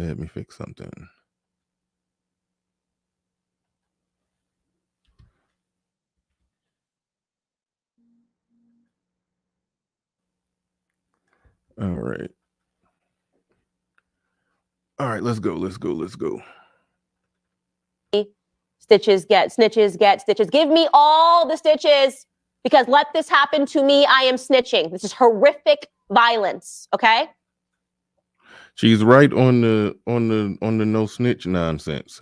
She's right on that. She's just misapplying it. She is misapplying it. This is not a everybody's trying not to snitch on Tory situation. This is a people are trying not to self-snitch situation. That's the reason somebody pled the fifth. This is Megan. Megan didn't initially want to snitch on Kelsey. She blamed Tory. This is that situation. She could blame Kelsey right now if she wanted to, but then she had to admit that she was lying her ass off. So what happens next is that her friend Kelsey turns on her. Kelsey, who was in the car. Kelsey, who said 911, he just shot her, now doesn't recall anything. And when Kelsey took the stand and testified in the trial, Kelsey basically, just to sum it up, said, I don't recall. I'm not sure. I guess her memory has gotten fuzzy. Maybe she accepted the $1 million somehow, or maybe. That's not what happened. She said Tory didn't do it. When they asked her what happened, she pled the fifth because she didn't want to incriminate herself. That's not saying I don't know. That's saying I know what happened. I just can't tell you what happened because I would be incriminating myself. As I kept saying 1,000,000 times, incriminating yourself for doing what? Committing a crime that Tory's on trial for. Like, that's a pretty simple. And then you couple that with the eyewitness testimony saying that two women were fighting and one of them went back into the car and reached for something and came out and you saw a gunshot flash pointed towards the ground. It's like, come on, that information was out there before she made this video. Maybe she's thinking, I'm in the rap world where it matters for me to say that I keep my mouth shut because that's culturally cool and that's culturally relevant. What's actually happening is a horrific form of hatred toward her former friend who is bravely standing up and saying that something horrible happened to her, right? Jackie Jack says the judge wouldn't let that accusation come into the court because they didn't have any proof. Okay. Fair enough. Fair enough. So when Candace Owens just said that Tory offered her money, did she even say allegedly? Because I know Dane C is saying that she didn't say alleged. Like when she started out the show early on, she was saying alleged or allegedly or whatever. That's what she was saying at first. But right now, she's not even saying that much. She's not even saying that much. Right now, she's just going full gangster, saying it full blown. She's saying it full blown right now at this point. That's interesting that they didn't let that come into the courtroom. And technically, I guess they shouldn't. If it's literally no evidence for it, then they shouldn't. Marlon B, thank you for the Cash App. He says, happy holidays. Thank you for the Cash App, Marlon B. I do appreciate that.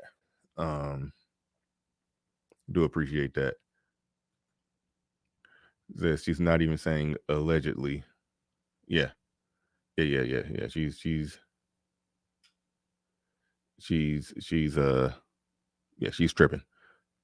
Yeah, RM, I see what you're saying right there. I think when you come in late, you can't see the previously starred super chats or whatever. But just answer me yes or no in the back. Can you see that it's 14 starred? Can you see that it's 14 starred? Let me know if you could see that, because that's probably the best way to go. Just if you can, because I don't know if they let you see the starred super chats. I don't know if they let you see starred comments if you weren't in here when they were starred. That's something good worth knowing right now. Sorry, y'all hearing behind the scenes insider baseball discussions right now. But all right, let's get back into it. No, she doesn't remember. She can't recall anything. Now, regarding the bodyguard who was texted, he can't be found. Yeah, he was supposed to be questioned earlier this week, and they can't find him. He's just gone missing. Is he dead? No, probably not. Is he paid off? I don't know. Is he avoiding this trial for a reason? Yeah, because snitches get stitches or something. You see how she's going with the stitches get snitches narrative. That's what she's going with. And I said this to myself when I was trying to give her, and I was trying to be as lenient as I possibly could to her. I was saying that and this kind of alludes to whoever said she got writers or whatever. It kind of alludes to that, where there's multiple narratives to go with. And if she's just somebody who just picks a narrative, whatever narrative is going to come off and sound good, shitting on Black culture and the no snitch culture, that is a narrative that lines up with her talking points and what she would criticize. It really does. So, I mean, on one hand, you could go with the believe all women side or don't believe all women. On one hand, you could go with the Black people got this messed up no snitch culture. She went that route with it. And she's misapplying it. She's applying it improperly. Deanie in the building says, I'm leaving some wiggle room on this because of Tory's degenerate lifestyle. Buddy got small man rage. You can never put anything past a Pookie. I'm just saying.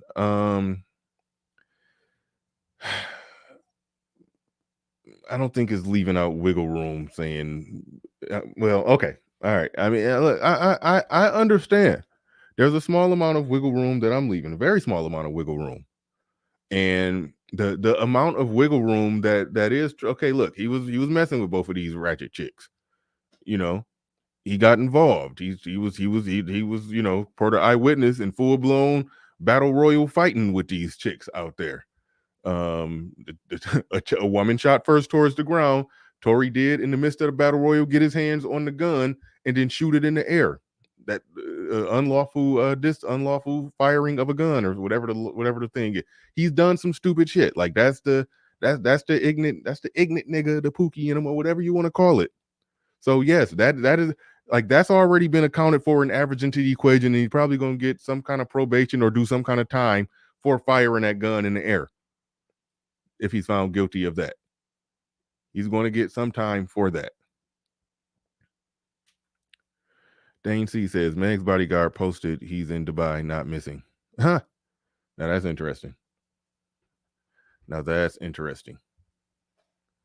That is pretty damned interesting. Shout out to CBP Film says, Tory didn't do it. If you haven't kept up with the case, you shouldn't have an opinion on it. That's exactly how I feel about her. Part of me feel like she hasn't kept up with the case, but the fact of the matter is there are plenty of people who have been keeping up with the case. There are plenty of people who have been keeping up with the case, and they're still taking a narrative very similar to hers.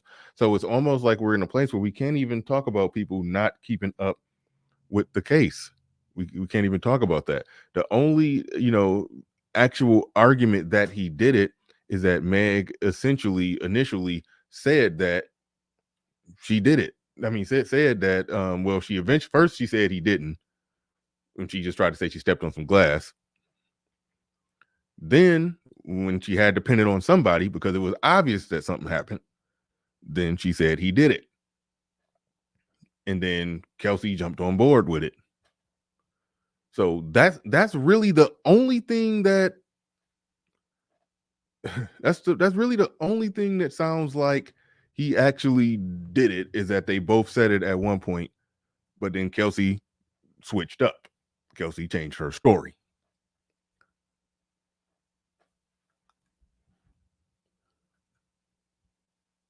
And the eyewitness is corroborating the change of the story. You said she did step on the glass. No, I don't buy that. They on Tory's top, but all these heathens catching bodies in broad daylight. Yeah.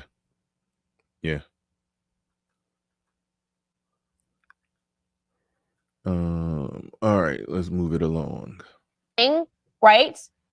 And Tory Lanez is showing up well dressed to these court hearings. What the hell? He's for a reason, yeah, because snitches get stitches or something, right? And Tory Lanez is showing up well dressed to these court hearings. He's trying to allege. Who is this nigga on that Like, what the hell? What the fuck? How the hell he supposed to show up to court? Like, what the hell? What the fuck, you supposed to show up in a wife beater? Like, what the hell? He's showing up well dressed to court? What kind of statement is that? That Megan is potentially lying. He's actually dropped songs talking about this event. He's trying to murky the details enough, of course, that they can't actually prosecute him, right? No one's showing up, nobody's testifying, nobody's saying anything. So now this case has essentially become Megan Thee Stallion's word against Tory Lanez's word. And culture likes Tory Lanez. No, it's not. Kelsey is saying that Tory didn't do it. Kelsey is saying that Meg's story is not true. And Kelsey is pleading the fifth on what happened, so she won't incriminate herself. It's like, how do you keep saying this over and over again? Then the eyewitness testimony was out before they released this shit. So it's like, how do you keep doing this? It's like, it's crazy. Men are standing by him. No one's canceled him again. Word. This case has essentially become Megan Thee Stallion's word against Tory Lanez's word. And culture likes Tory Lanez. Men are standing by him. No one's canceled him again. He didn't. The culture likes Tory Lanez. No, the culture likes Meg Thee Stallion. The culture loves Meg Thee Stallion. She did WAP. She's a Black American icon. What the fuck? Like, nobody gave. I guarantee that the vast majority of Black America or people of Earth could before this case could name Meg Thee Stallion before they could name Tory Lanez. I was fuzzy on who Tory Lanez was before all this really blew up. Like, come on. Like, what is she doing? The culture loves Tory Lanez. Like, no, the culture loves Meg Thee Stallion. That's the reason she's been able to work the game and work the media and do the whole protect Black women thing and all of that. You know, everybody is with her and behind her. I just should have played the video. Was that live stream? That was my last live stream Yamanika talking about she's a representation of female empowerment, and I can just tell a woman who's just strong like that. I know what she's been through, and she's been fighting all her life. She had to fight. It's like the culture. The culture loves her. She's an American hero. She's a Black American hero for making WAP. Like no, get out of here. Get out of here with that. It's like she's just spinning the narrative. She's just spinning the narrative at that point. Like, that is some ridiculous shit. That is some ridiculous shit. That they can't actually prosecute him, right? No one's showing up, nobody's testifying, nobody's saying anything. So now this case has essentially become Megan Thee Stallion's word against Tory Lanez's word. And culture likes Tory Lanez, and men are standing by him. No one's canceled him again. He didn't. Remember when I told y'all the sisterhood would cancel niggas if they could. If they could. I said they like the ADL, they like the Anti-Defamation League. They're not that much different. Only difference is they don't have the power to dissolve contracts. If they could take away niggas' Nike deal and Adidas contract, they would. She's sitting there saying the culture haven't canceled him. He's still able to work. like I've been saying that. In the sisterhood, if they ever get in full force power, dudes do anything wrong, they done. They done. Oh shit, what Judge Zilla talking about? He said WAP was played at more stadiums than the national anthem. Yeah. Nate says the manosphere supports Tory. And put it like this. People I don't give outside of this, I don't give two shits about Tory Lanez. But as a Black male content creator that speaks up for men, I got to be a part of the ringing of the alarm if I see a man, particularly a Black man, being lied on and facing time. Over some shit that some woman said. Got to hop on that. I'm gonna ride this one until we get a verdict of some sort. And that's coming soon. That's definitely coming soon. Say anything. He did something. He actually did violence. He didn't say violence, right? So I guess in our world, that's totally fine. I haven't seen demands for this man to be canceled. I haven't seen every single person speaking out and saying that whatever sponsorships he has. I mean, I haven't heard that his record label has dropped him, which would make sense. I would imagine there is some clause against violence, against actually shooting someone. No, nothing has happened. I've heard from a lot of people. I can't even confirm the sources on this, but a lot of people have put out there a lot of information out there that people in the industry had the insider information from the start, and they already knew that the shit was fishy, and they already knew what was up, and they already knew Meg was on some bull.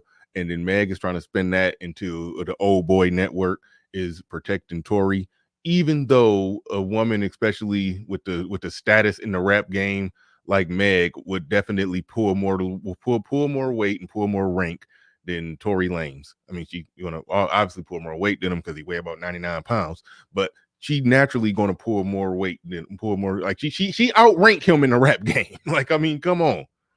Like, no, people are not canceling him because they know the truth that has come out in the trial. People in the inside already knew. They kept quiet about it. They kept their mouth shut about it. They let her go on her little media campaign tour and being a victim and all of that. But the truth has come out. I cannot imagine being Megan Thee Stallion in this moment. I can't imagine it. I can't imagine having suffered something so obviously traumatic. And yeah, notice where she just said he did actual violence. Like she used the word allegedly at the beginning. Everything since then, it's been full blown. He did it. He shot her. He it's like, yeah, it's been bad. It's been bad. Shout out to who was this? Father Nazi says Tory got the streets. What the hell does that mean? Tory got the streets, Meg got the industry. What does that mean?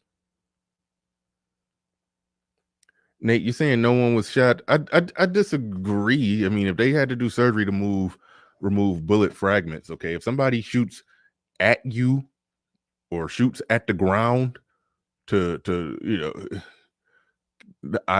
the eyewitness story, 2 women were fighting. One of the women went back to the car, grabbed something out of the car, and he saw a gunshot flash come from the hand of one of the women's, pointed towards the ground. So if somebody shoots at the ground towards your feet and a bullet fragment hits your foot catches the shrapnel of a gunshot that somebody shot towards you on purpose, that counts as getting shot. To me, there's no reason to dispute that. There's no reason to, that's where they try to walk us down the rabbit hole and try to make it seem like we're denying the simple point that some violence happened that involved a gun. Like some violence happened that involved a gun. It was who she blamed versus who the eyewitness saw do it versus who Kelsey is now saying who didn't do it and can't say who did do it because she'd incriminate herself. Lil Big Nate says Tory has much better music than that nightmare whore Megan the Male Horse. She made WAP. I don't care. Why you pull out Tory 10 best songs? Don't put them up against WAP. She wins. That she's legendary.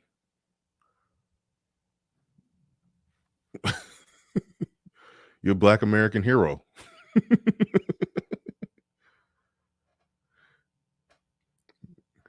I can't even recall her name that much. Tory Lanez music, but she made WAP. That's the deal. That's how it works. If it's a debate, who's the bigger artist, who's the better artist, you made WAP, the other person didn't, you won. That's what it is. And being surrounded by absolute vultures, people who are perhaps accepting money, people who are perhaps concerned about what it's going to mean so that they can remain cool and relevant in the culture if they keep their mouth shut, while you were properly victimized and suffered a horrific event. I can imagine what it's like going to an event and seeing that people don't care, right? That this person is still allowed into all of the same rooms that you're allowed to, that people are still. So if a tire comes off a car and hits you, did a car hit you? Well, look at it like this. If somebody was driving a car at you trying to hit you, and while they were doing that, the tire came off and hit you, the act of them doing that is what ultimately resulted in whatever injury that came from that tire. So it's like something was done to her. And I'm not, we get in a weird place if we start trying to deny what was done. I understand that something was done to her. My only thing is who did it. And how shaky the story is that Tory Lanez was the one that did it. That's where I'm at with it. I'm not even trying to play the game of no, she wasn't shot. I mean, if somebody shoot towards your feet and they don't hit you directly, but you got to get surgery to get some fragments removed, I mean, that's enough. That's enough. Okay, I accept that something bad happened to her that night. Who did it? I also accept that she did a lot of stuff to put herself in that situation. But okay, who did it? Applauding him online, that fellow artists haven't spoken out in your defense and said this is ridiculous. I also can't imagine what it must be like for her, and I want to choose my words very carefully here because I am not trying to blame the victim in this circumstance. But at a certain point, there is going to have to be a reckoning in Black culture amongst the artists to realize that even in the music that we create, in the music that Megan Thee Stallion creates, she perpetuates this kind of culture that allows this. When you degrade women in your music and young people listen to that music, they allow and believe that women should also be degraded in the real world, right? When you reduce yourself in your music, you can become reduced in the real world. All of it needs fixing. It is. It's truth in that. It's truth in that. And I say, I mean, when rappers get shot, I'm like, yeah, I rap about shooting and doing all kind of, gangster shit, and yeah. I did a breakdown on how what they rap about and how they act and the lifestyle that they still try to live, how they still try to be around it, they still try to be on the scene, how they're not living like successful. They don't walk around like successful businessmen and millionaires. It's like, yeah, put on that act when the camera is rolling, but try to live a normal life, like So yeah, they do bring some of that back on them, given the environments they still be in after they're rich. Yeah, so I get that. I get that part right there. Is so wrong. It is so backwards. It is so horrific.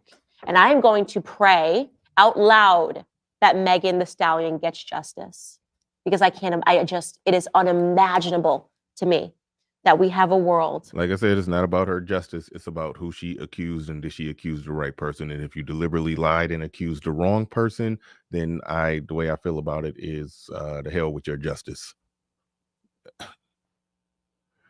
Just like I said, just imagine.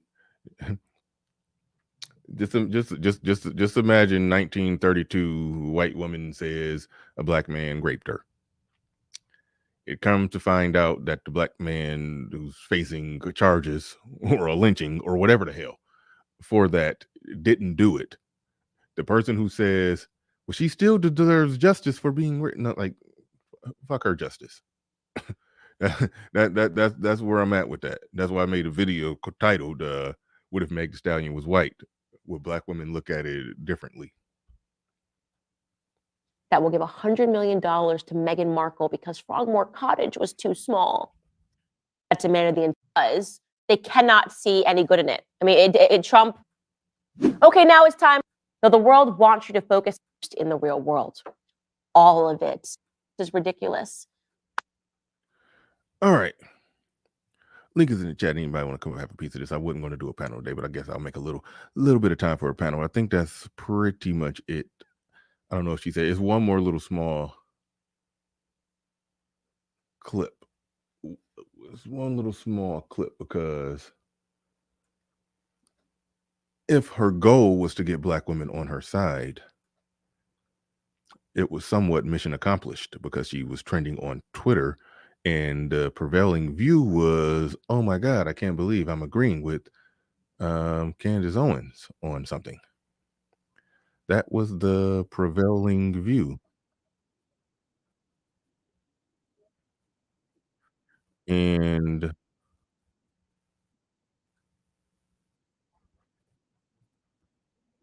hold on. Hold up. Let me get this right. The sisterhood took it upon themselves to respond to Candace Owens upholding the sisterhood flag.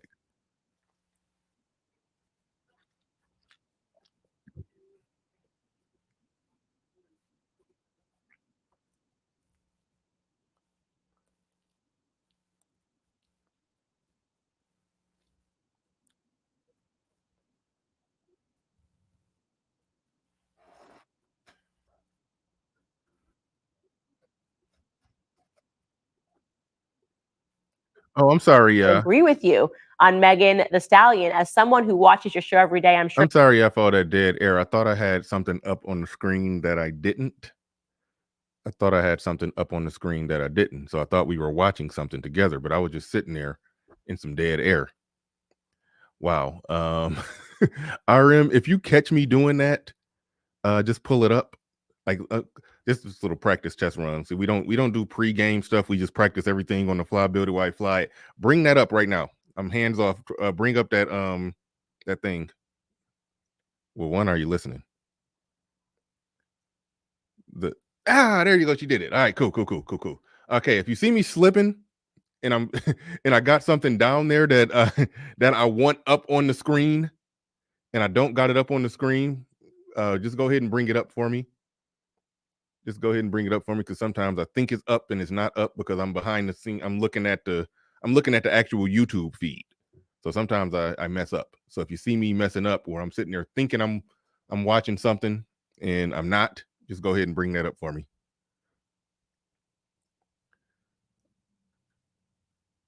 I was putting some pulled pork in the crack. Oh, her cooking for her family. She's so special. Bless her heart. All right. Sure, they don't watch the show because every day, if they did, they wouldn't be so surprised that they agree with you. Most of what you say makes sense. That's from Amuna. You are correct. So surprised that someone who watches your show every day, I'm sure they don't watch your show because every day, if they did, they wouldn't be so surprised that they agree with you. Most of what you say makes sense. That's from Amuna. You are correct. I am trending on Twitter right now because Black people are angry that they agree with me on my Megan Thee Stallion stance. And it's actually even more bizarre. I had shared a story about when I was in economics class in high school and I had a crush on this guy, Jamal, that he said something ridiculous about snitching and I stopped having a crush on him. I mentioned my teacher's name, Mr. White. They are so angry at agreeing with me that they even in the comments said, oh, she probably made up that story. And there is no Mr. White and there was no Jamal. She picked a Black name. I think Mr. White is real. I think Jamal is fake. And there wasn't an economics class. It sounds like a stupid story. And then someone actually in the comments went back to my high school online to research whether or not there was a teacher named Mr. White who taught economics.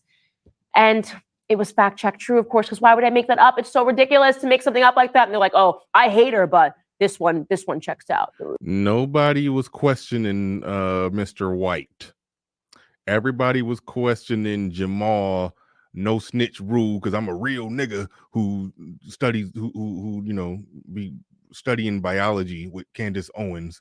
But yeah, I don't snitch on nobody. Even if a little girl gets shot, I ain't snitching because I don't talk to the cops. Now let's get back to this biology, bitch. It's like, yeah, you created a character. Yeah. Your biology study buddy was also a no snitching thug. Like, okay. Yeah, Jamal sound fake, Mr. White. I can accept that. You proved the easier part of the story to prove. There was a teacher named Mr. White who taught, and he's been there for 20 years. And I'm like, you guys are it's okay to just agree with me. It's fine because I usually just tell the truth. And so you will find if you listen to my full show that you might agree with me more and that the media just hates me and just tries to create a narrative that I say crazy stuff all the time when I don't. Truth hurts and sometimes doesn't hurt, which is why you guys like me for today. Just like me for a day, guys. And for the rest of today's all right, yeah, here, yeah, did y'all catch did y'all catch what that was? Y'all see how it was like an appeal to not Black people, but specifically Black women to come on over and listen to me and agree with me. I'll probably say some more things that you like. It was sort of that kind of appeal that sort of, if you were of the view that she was doing all of this simply because she wanted to try to cater to or pander to Black women. I think that this, because what I just showed right here, this was happening the next day after she was trending for it, where she basically saying that, yeah, see, look, you agree with me on some things. It's okay to agree with me. Come on, like me, guys. It's like, yeah, that's what that reeked of. That's what that came off like. But either way it go, we are joined in the building by the game changer. What is going on? Hey, what's going on, Bernard? Wanted to address the whole snitching thing. It's very important because snitching goes on quite frequently in the Black community. It's just that it is tolerated, but there's certain rules that apply to snitching, as I observed the Black community. So you can understand when it's okay and when it's not okay to do so. So basically, you can never snitch on somebody who is your superior. An superior can snitch on an subordinate, but an subordinate can never snitch on an superior. Also, what the hell is an superior? A nigga superior, excuse me. Someone who is more nigga than you. Oh. That would be your nigga superior. If somebody is more niggerish than you, then that is your superior. And if you are less, then you are his subordinate, his nigga subordinate. So yeah, if he has more nigga juice than you, then that's not acceptable form of snitching. That's how that works. You can't snitch on somebody that is your nigga superior. So, for example, there was a movie that came out, I think it was the early 2000s, called State Property. Mm-hmm. I was actually watching with some friends, and we were divided on this. So, State Property is starring Benny Siegel. Mm-hmm. And basically, he's just this guy who wanted to take over the drug market in what I think was Philadelphia or something like that, right? And in addition to doing so, he was extorting some guy. He was extorting some black dude who owned a tire shop, I believe. And then because you have to check in. So somebody said State Property was a trash movie. Yes, it is, but it really just it really just highlights some the negocracy that's going on there. So he said that I can't pay you because I'm being extorted by another group. I can't, y'all got to figure out which one of you have the right to distort me, either Benny Siegel or Damon Dash. Very interesting dynamic, right? Like, which one of you black men want to destroy this black business more is essentially what he was saying. He was asking. Benny Siegel, when the guy asked for more time to figure out who to pay, Benny Siegel just shoot the guy and left him for dead. Now, he actually didn't die. He actually didn't die after being shot several times. And then, he's taken to the hospital, and he told the cops what happened. That this nigga tried to kill me. And some guys I was watching it with, one of the guys said, he's snitching. I was like, nigga, he tried to kill him. He's reporting an attempted murder on something. He's a tire shop owner. He does not play those games. He does not play those games and those ridiculous rules. He's reporting somebody who attempted to murder him. So, but that's that. But then I brought up in the conversation because in that same movie, Benny Siegel snitched on one of his own people. There was a scene there where he set the guy up. He told one of his own people to go kill another guy, and then called the police on him for doing the murder that he told him to do. And then the police shot him and stuff like that. So it's okay. That type of snitching is okay. I've come to the conclusion that type of snitching is okay because Benny Siegel in this particular movie was higher on the nigga totem pole. It's okay to snitch below, just like Nino Brown. It's okay to snitch beneath you. It's okay to say Kareem Akbar, he's the real leader of the CMB. That's okay. Yeah. That is okay because he didn't only snitch, he lied. He lied. This is okay because Wesley Snipes or Nino Brown has more nigga juice.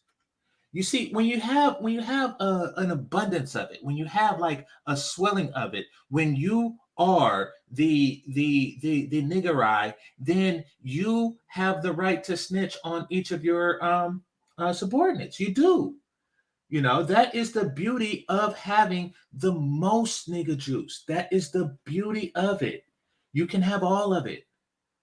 Like you can, and you can snitch on anybody, and it's not a bad thing. Like Frank Lucas snitched on everybody. Remember from Gangster, but the one in real life? Yeah. No, I know he is. I just had to remember the end of the movie, and that's how he ended up getting like what, 10 years or something like that. Yeah, exactly. He got like a ridiculously low amount. And then, he actually went in jail as a snitch, left jail as a snitch, and told the story about it because it's okay. It's okay because he has more nigga juice. Same with, what's Cameron? What's that movie with Cameron and Mekhi Phifer? Oh, Paid in Full. Paid in Full. Paid in Full. These are real people. These are real people that really snitched and are alive today to tell the story of their snitching. Yeah, they tell it like a heroic story. Yeah, exactly. I used to run these streets, and then when I got caught, I turned everybody in, and here I am. But I want you to remember me for running the streets, not snitching on everybody. It's okay when I do it because I am top nigga. I am Darth nigga. I am the supreme of all.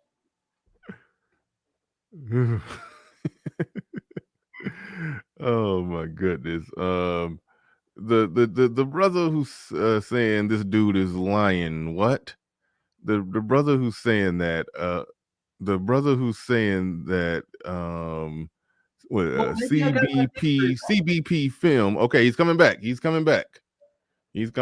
All right. So cool. Stand by for a second. Let me get to my super chats. Well, this one is from you too. Tory didn't do it. If you haven't kept up with the case, you shouldn't have an opinion on it. I think you were referring to Candace Owens right there. I don't think that one was directed at me. But was that one directed at me? No, sir, it was not. Okay, cool. Yeah, I thought that one was directed at Candace Owens. I'll just double check. Yeah. J. Freeman Blackman in the building says getting black women attention was exactly what I felt about this take. Yeah, and she kind of confirmed that with her reaction to it the next day. Nardine in the building, he says, Bernard, a week before Kevin Samuels died, he looked at his camera and told black men, run for your life and get your passport, said it himself. Okay. So hold on real quick. Okay, he said this dude is lying, and then Nardine with another one says, Bernard, when you have Mr. High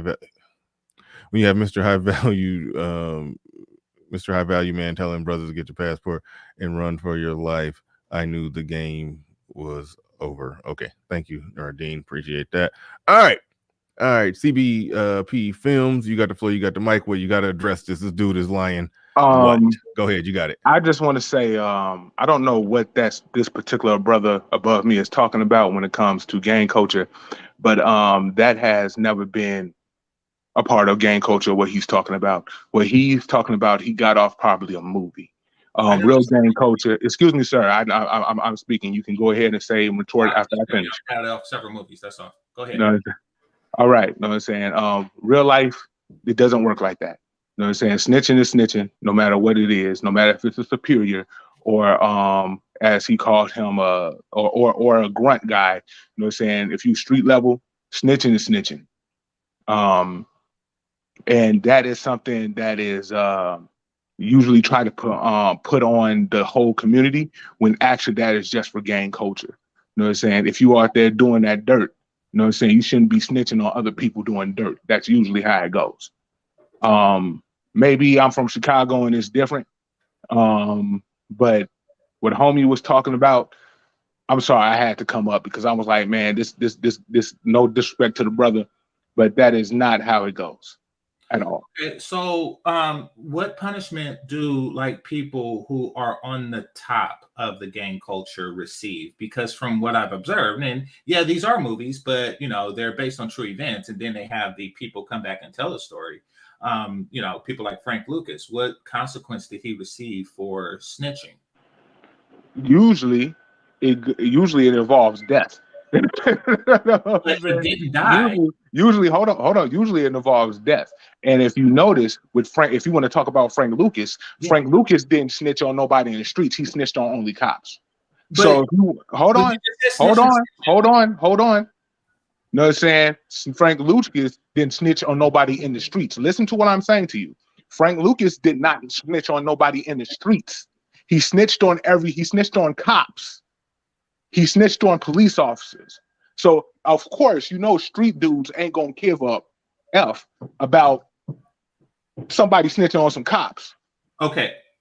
So let me interject right quick. Like I said, man, a lot of stuff you getting is from movies, bro. That's not real life. I'm sorry. Well, I ain't trying to come up here and he snitched on cops, so we both got it from movies. But let me just say this. If snitching is snitching, right?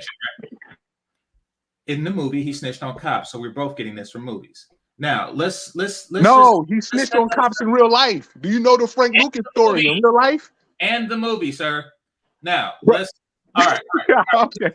let's break down the snitching thing, because this is interesting. So you just said snitching is snitching, and apparently unless it's on Clops. Okay, let's go with that. If I were to make the statement that snitching is okay as long as the person has less nigga juice than you, and in this particular instance, hold on, time out. What is nigga juice? Cops have less nigga juice than Frank Lucas. What is nigga juice? Nigga juice is what makes Frank Lucas who he is. There's no such thing as nigga juice. You some dude. Okay, all right, come on. Hold on. Wait, time out. Let me jump in. Bro, what are you talking about? I know. There's some terminology here that you may not be aware of. Nigga juice is a term. I don't know if he made it up, but somebody around these YouTube streets made it up. But what he's essentially saying, more status, notoriety, or respect in the hood. That's sort of what he's saying when he's talking in this context, when he's referring to nigga juice. All right. Okay, I'm sorry. I apologize. I'm like, nigga juice, what is that? It's a colloquialism, yeah, granted. But no, nevertheless, he has more status in the hood than the police officers do, obviously. And snitching on him is okay. On the police officers was okay because of that. Now, and the same is true. What about who's the other guy? Who's also based on a true story, Cameron's character in Paid in Full. Now he also and Alpo is dead now. When Alpo went back to the same hood where he snitched on those folks at, thinking he was clear, guess what? Less than 24 hours when he got there, he was dead. Unfortunate, and that was unfortunate. And I do not think that that's a good thing. But when he snitched on those people, and especially what he did to what's the dude? The dude that lost his brother. I don't know if his name is really Mitch, but Rich. No, I think his name is Mitch Porter. But whatever he did to him, they got good back for that after all these years later when he got out. And I do not condone that. But if you're going to start talking about this stuff, like, you're going to have to do some research, my boy. At least a little bit. Research. Not no movies. I ain't talking about no movies. No, movies influence culture. So no. But you got to understand, brother. You're talking to a guy who went to school for film, brother. A lot of these films miscrewed the truth to make it entertaining. Okay. So you can't take everything from a movie. Culture, and at least if you said a documentary, everything from a movie. Nevertheless. Okay. So you said that it was tragic that that dude was killed 24 hours. So, or 24 hours after he returned to the hood. Let me ask you this: why is it tragic if he's a snitch? Because for me, I'm not in gang culture. For someone to shoot somebody, regardless of what they did, is tragic. I'm not sitting here. I'm not. Hold on, sir. You asked me a question. Let me allow me to retort. I don't find snitching culture or any of that. I find it all to be BS. I'm just here to say, if you're going to talk about it, at least be accurate about it and don't misrepresent it being something else that you got out of some movie. I state my sources. I was. You know what I'm saying, sir? Your sources. No, you're interrupting. I was stating my sources. Every time I said it, I based it on the movie. Now, bro, your source. That's my point. Your source is in the movie. No. I grew up in it. I grew up in it, sir. Hold on. I grew up in it, sir. Sir, I grew up in it. All right. You're not going to tell me something about some movie when I grew up in it. This is you just trying to. All right, brother. You got it. Yeah, I know I got it. Now, notice. When I was stating what was happening, I did say based on the movies that I seen, and I did list the movies. And then he comes up and say you shouldn't base it on the movies. What the fuck? I say according to the movies. I don't pretend to be an expert because I don't have enough nigga juice to tout the expertise. If you don't have enough nigga juice in your own words, then why are you talking about something that you don't even have enough nigga juice to even articulate correctly? For the same, you're talking about something you do not understand. Ask him a question, let him answer it. Talk about primates for the same reason why anthropologists talk about insects, because I can. You don't have to beat a thing in order to talk about it. Damn it. Damn, I hate when the people you just named study. They study it. They study it. The people you just named study. Watching the movies. Study that shit. Watching the movies is me studying it. No, it's not. What you be studying it will be going to your. Excuse me, sir. Excuse me, sir. What city is closest to you? What city is closest to you? What city is closest to you? All right, we got to go one at a time.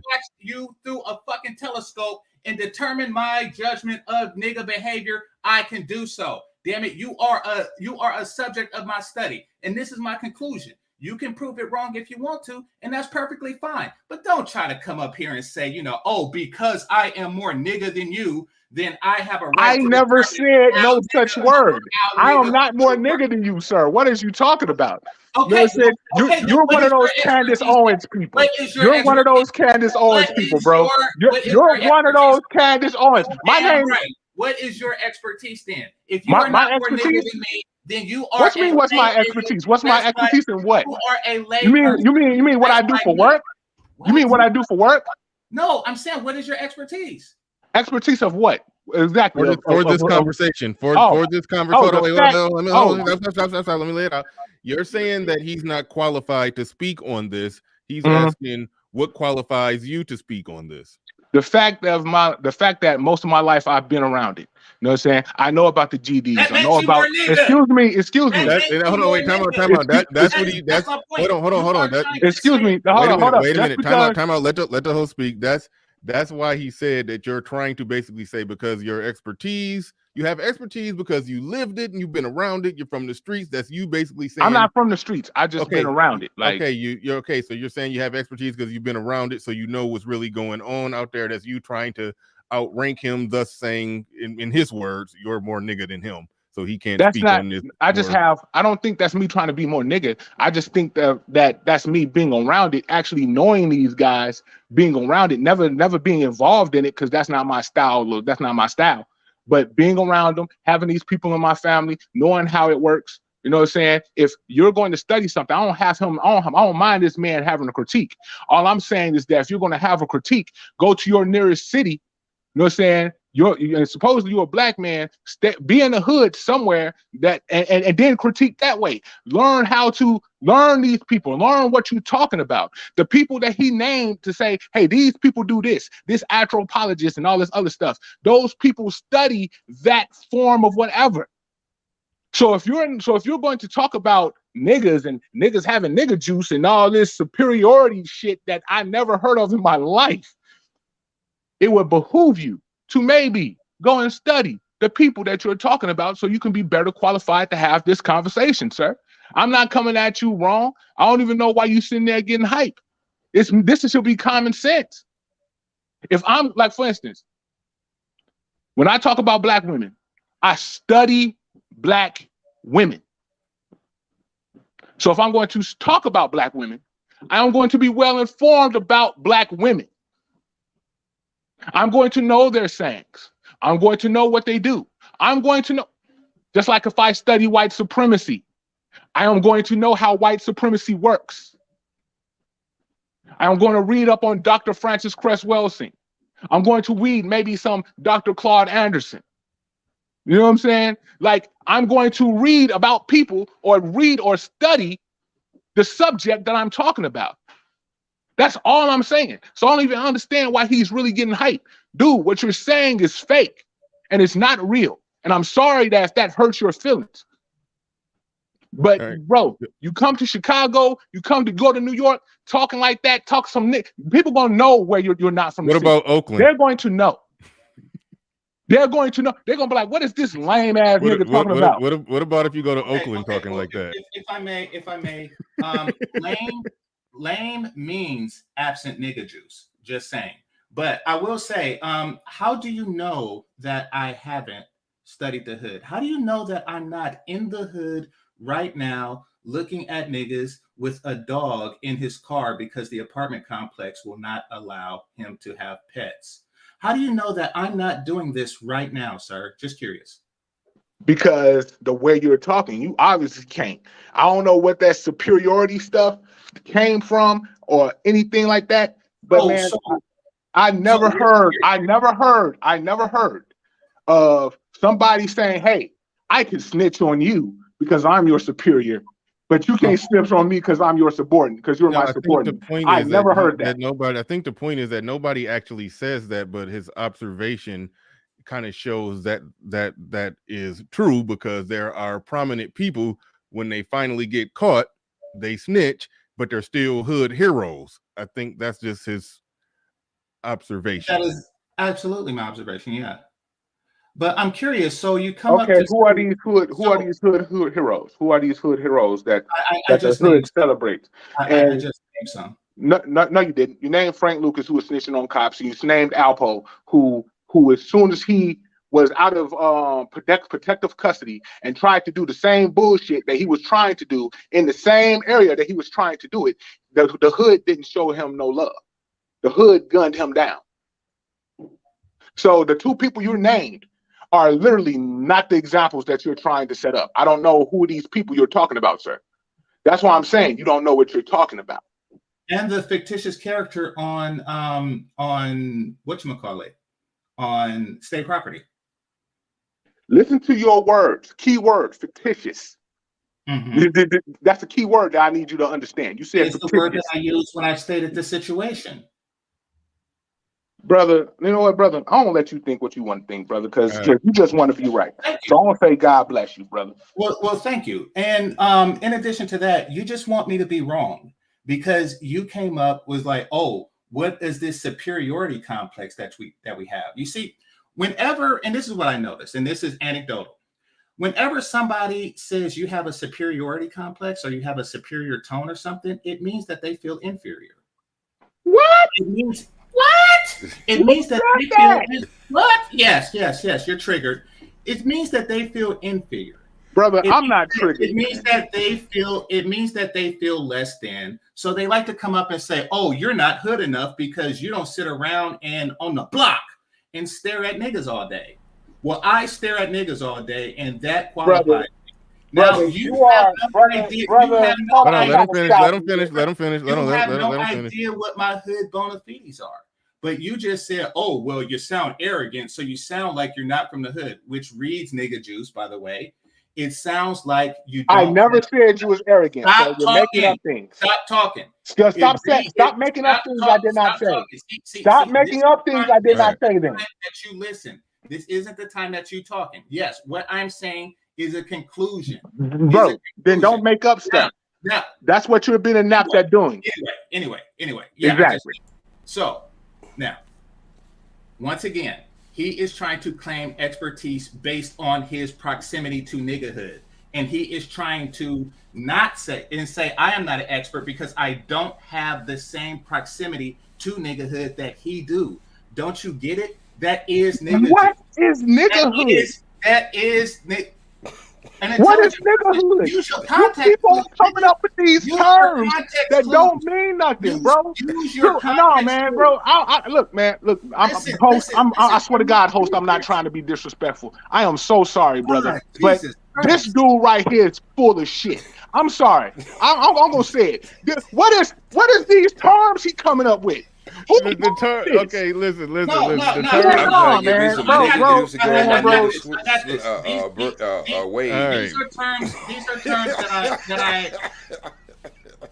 These are terms that I learned studying niggas. Okay. The terms shouldn't bother you that much if there's an implied definition and based off everything else in the sentence, you can infer what the term means. I think you understand what he's trying to say. I do understand your disagreement if you view him as somebody who was born and raised in the suburbs, never been in the hood, don't know nothing about street life, but you've been closer to it. You're pulling rank in that sense. Exactly. He calls that nigga juice, but you're pulling rank in that sense and saying you know what you're talking about and he don't. In that sense, I do understand where you're coming from by basically saying you just like a borderline white boy from the suburbs trying to talk about black shit. That's essentially your argument. No, unfortunately, I grew up around black folks like that. You know what I'm saying? When my mama moved us from the city to the suburbs, I grew around black people exactly like him. These people, hold up, brother. These people that would talk about everything about the hood and never step foot and never stepped a foot in that motherfucker to even know the people that's in the hood that he's even talking about. I get it. He wants to downgrade on niggas and stuff like that. Right. But at the end of the day, there are normal people that are not hood niggas like myself that happens to be in the hood too. There are intelligent people that go to college in the hood too. Okay. All right. All right. Hold on, game changer. I'm giving you one more. Go ahead, game changer. Okay. I'm curious, sir. What suburb was I raised in? You're an expert.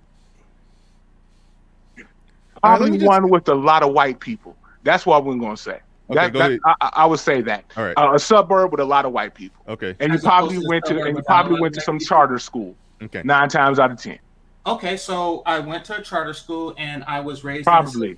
I can admit these are all right. Time out. I can't take it no more. Game changer, you kind of get on my nerves with this because, like, some people in the chat, especially when you know your backstory, you're a nigga from Oakland. When he said that there's people from the hood who grew up and went to college and live a normal life, you're one of them. Yeah. You've been around the same shit he been around. You done seen the same shit he been around. I mean, like, so it's like just skip to the end and say like the same type of credentials he's claiming he having, where he's saying he wasn't a thug, he wasn't in a gang, he wasn't in all of that stuff, but he grew up in the hood and he's seen it. You grew up in the hood and seen the same shit. So well, I mean, one thing, his parents actually took him out into a suburb. Mine didn't. Yeah, 4 years in high school. Yeah, 4 years in high school. Yeah, exactly. So yeah, I actually spent high school in the hood. Therefore, I have more nigga juice than you. But let's not even go. But you're sitting here lying about what's happening in the hood. But you're sitting here lying about how gang activity runs. You're sitting here lying, talking about some Mr. Superiority something. Talk about that. I have talking about snitches and shit. You are to call me sir. God no, I'm saying, get your weak ass out of here, boy. You know what I'm saying? Like, man, I get it, man. Like I said, bro, you on here making up stuff. You're up here making up stuff. Go show me one blood right now. You from Oakland? Go walk up to a blood and ask them about that goofy shit you said. Oakland, you dumbass nigga. There's no blood. Hey, okay. I don't know. I don't know California. My bad. Okay. I don't know. I don't know. I can admit to you, brother. I don't know if there's bloods in Oakland or not. I don't know. I just know that bloods happen to be a California gang. You know what I'm saying? So therefore, listen. Right, bro. But I'm the one triggered, but you're the one that's been screaming this whole time and all this other stuff. You know what I'm saying, bro? Bro, if you in the hood, get them nigga waves. All right. OG. I thought I'd never say this, but OG, nigga waves, some nigga juice coming in the mail for Christmas. I thought I would never say this, OG, but I need you to come on here and save a conversation. Save this conversation. I don't think this brother right here. I do want to point out something else though. Like, he accused me of speaking on something that he knew nothing about. This nigga knew nothing about Let it go, game changer. You lose bad enough. Let it go. This nigga spoke on my entire childhood as if he's an expert on it because he grew up. This shit goes, game changer. Sometimes you gotta give up the battle, bro. Please. Let it know. You know, I lost many a battles on this challenge. You gotta take that L today. You've been spanked on the ass on both sides. Yeah, you would know how that feels. Anyway. Because, come on, this should be a pause. No homo. Let's just be honest. Let's be honest.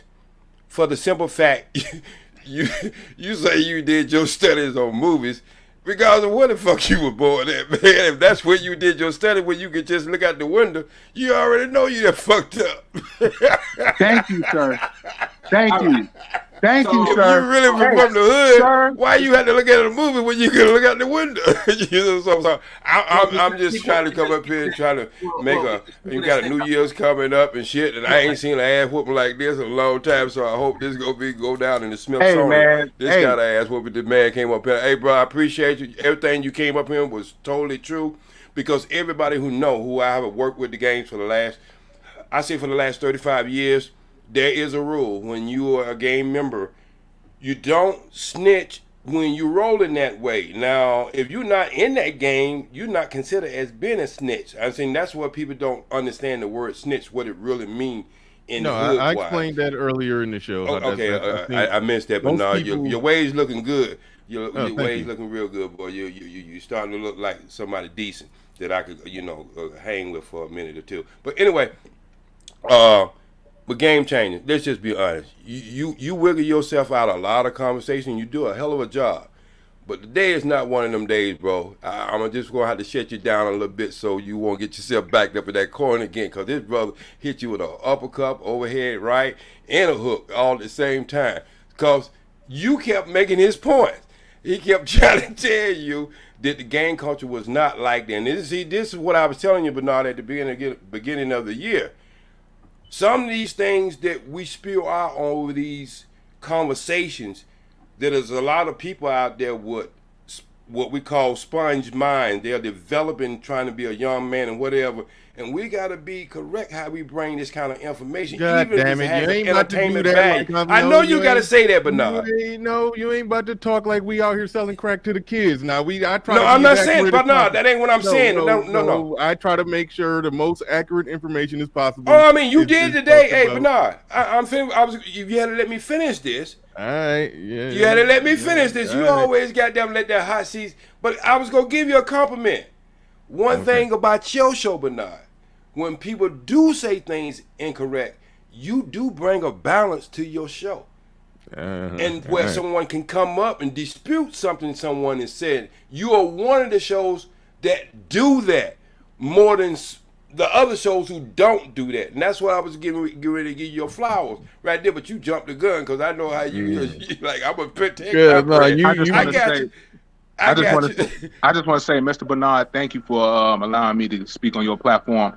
Game changer. I'm not trying to disrespect you, brother. I'm really not. You know, so I hope you think that I'm not trying to come at you. You know what I'm saying? Because we're all black men. We should all be able to have a conversation and not feel any type of way. You know what I'm saying? I'm just saying that in this retrospect, in this aspect, I haven't heard you talk. This is my first time hearing you, but in this aspect, you happen to be wrong, brother. And there's nothing wrong with being wrong. And there's nothing wrong with being wrong. I'm wrong all the time. You know what I'm saying? The thing is that what makes me a man is that I'm able to admit when I'm wrong, learn the new information, move on, and move forward. You know what I'm saying? Hold on, real quick, game changer. Before you respond to that, you say it's not like you new to my channel. You just found out about my channel. I'm talking to you, CBP. Oh yeah. I found your channel just by accident, and I didn't subscribe at first, and I was like, what did you first see? I'm just curious. What did you first see? Man, I don't even remember the first video, but I know the recent video I watched of yours, which was on Meg the Stallion. I was like, man, I like this brother. Okay, all right. I was just curious because I've been seeing you. You've been coming up in my mentions a lot. You know what I'm saying? And so I was sometimes watching. Was it in the short feed? You know, them little quick videos that look like Instagram reels? Was it one of those? No. Okay, I was just curious about that. All right, cool. All right. Well, can I say this to him? Yeah, go ahead. So I did research, as you suggested, on Alpo. According to this, he died in 2021. Yes, he died in 2021.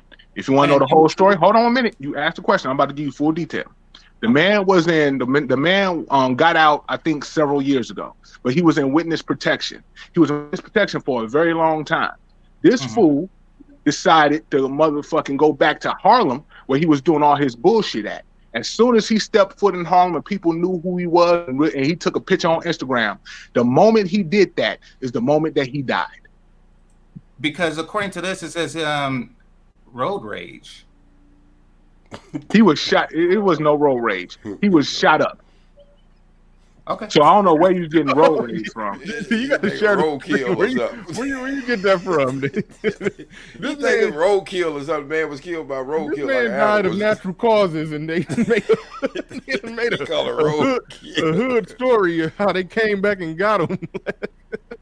I put the link in the chat room. Okay. Or in the private chat. Well, that's good. You come back strong. But not. I want to say this. It's all right. It says road rage, not listening betrayal. to me on your channel back and forth all year long. Look, game changer. Little Big Nate. Believe it or not, I like all these guys. I like a good fight. Y'all be thinking I hate these guys and stuff, but when I get up here and I'm talking to these guys, even on their channels, I want them successful. Believe it or not, I go on Game Changer and hit the thumbs up every time he come up. He don't know I'm there. I don't go in there and disturb his room or anything.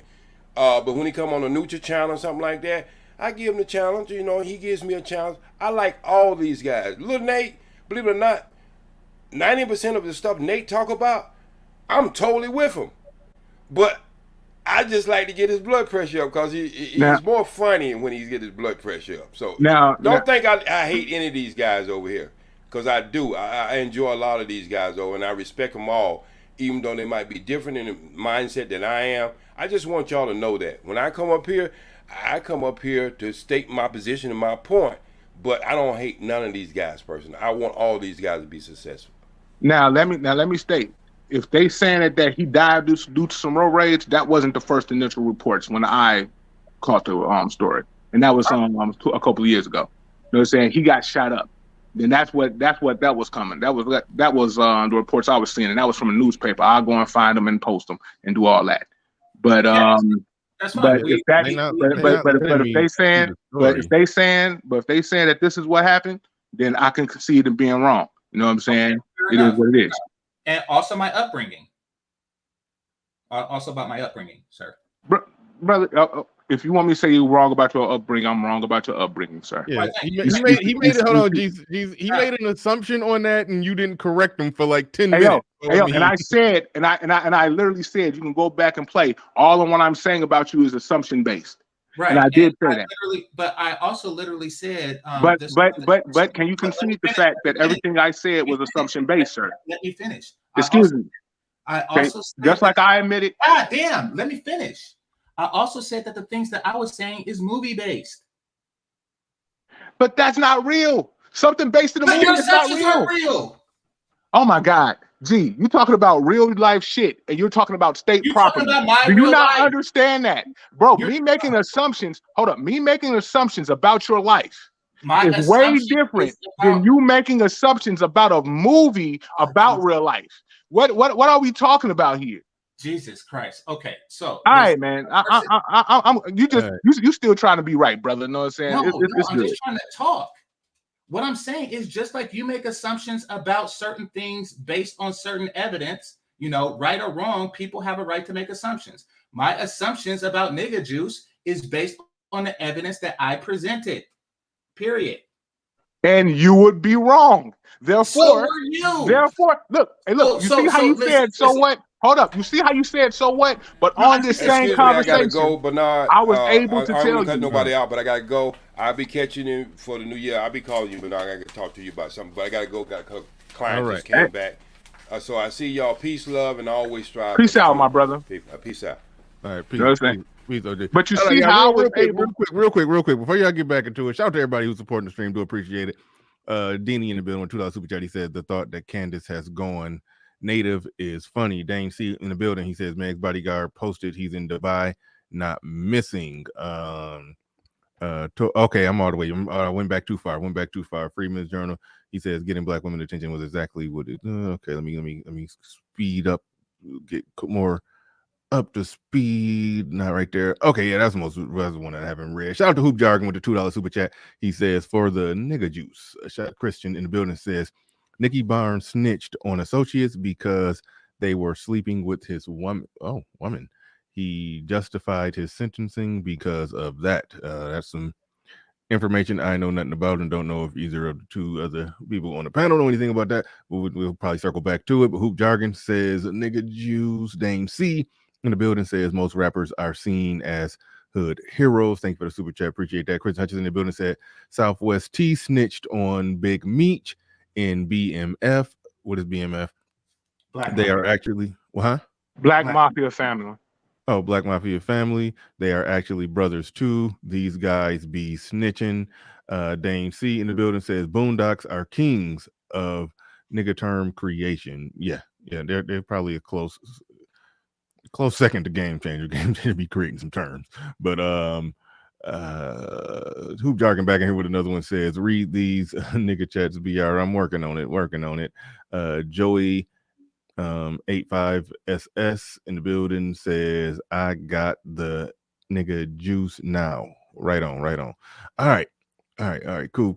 All right, y'all can go ahead. I don't know who was talking before I read I just want to say this.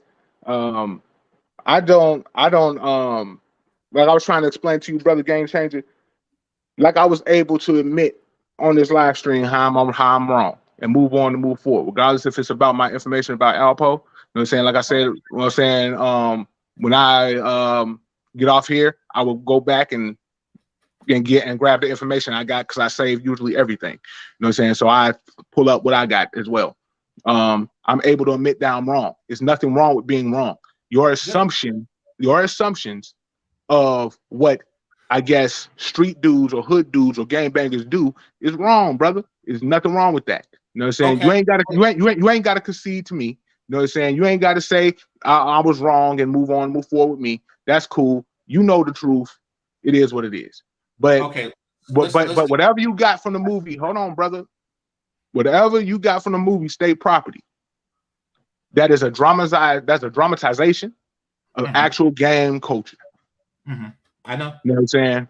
So if you know that, you should know that that doesn't predict real life, and that most dudes ain't moving that way. And the dudes who have moved that way, believe me, they were a lot more cutthroat than what's on State Property. So oh Jesus. Go for it.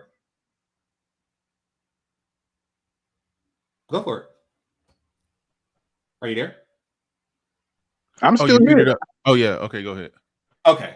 No, I guess it's my turn. So listen, I understand that it just because that my sources when I quote State Property came from movies. Apparently people are quoting, drug kingpins in the chat room who snitched and got away with it. But we won't talk about that at this point. What I do want to say is that mentioning that it's from a movie is just that. This is from the movie Thus and So. Now you can say that real street culture is thus and so, and the evidence of that is thus and so. But you came on some different stuff, which is interesting because we can't really prove what real street culture is because it varies from street to street. And however, the evidence is overwhelming to me that in real life, a lot of people get away with snitching because they're high on the drug hierarchy. They're high on the street credibility hierarchy. No, you could have came up and said, no, that's not true because of this. But you came up to say, no, you sound arrogant, or you sound like you have a superiority complex. I didn't say nothing of that. I didn't say that. I didn't say you sound arrogant, or I didn't say you have a superiority complex. I never said that. Okay, what did you say? Sir, what I said was I was talking about when you said some niggas have a superior in a what did he call him, imperial or some shit, Mr. Bernard, that he used earlier? He said niguri for subordinate. He said nigbordinate, and for superior he said nig.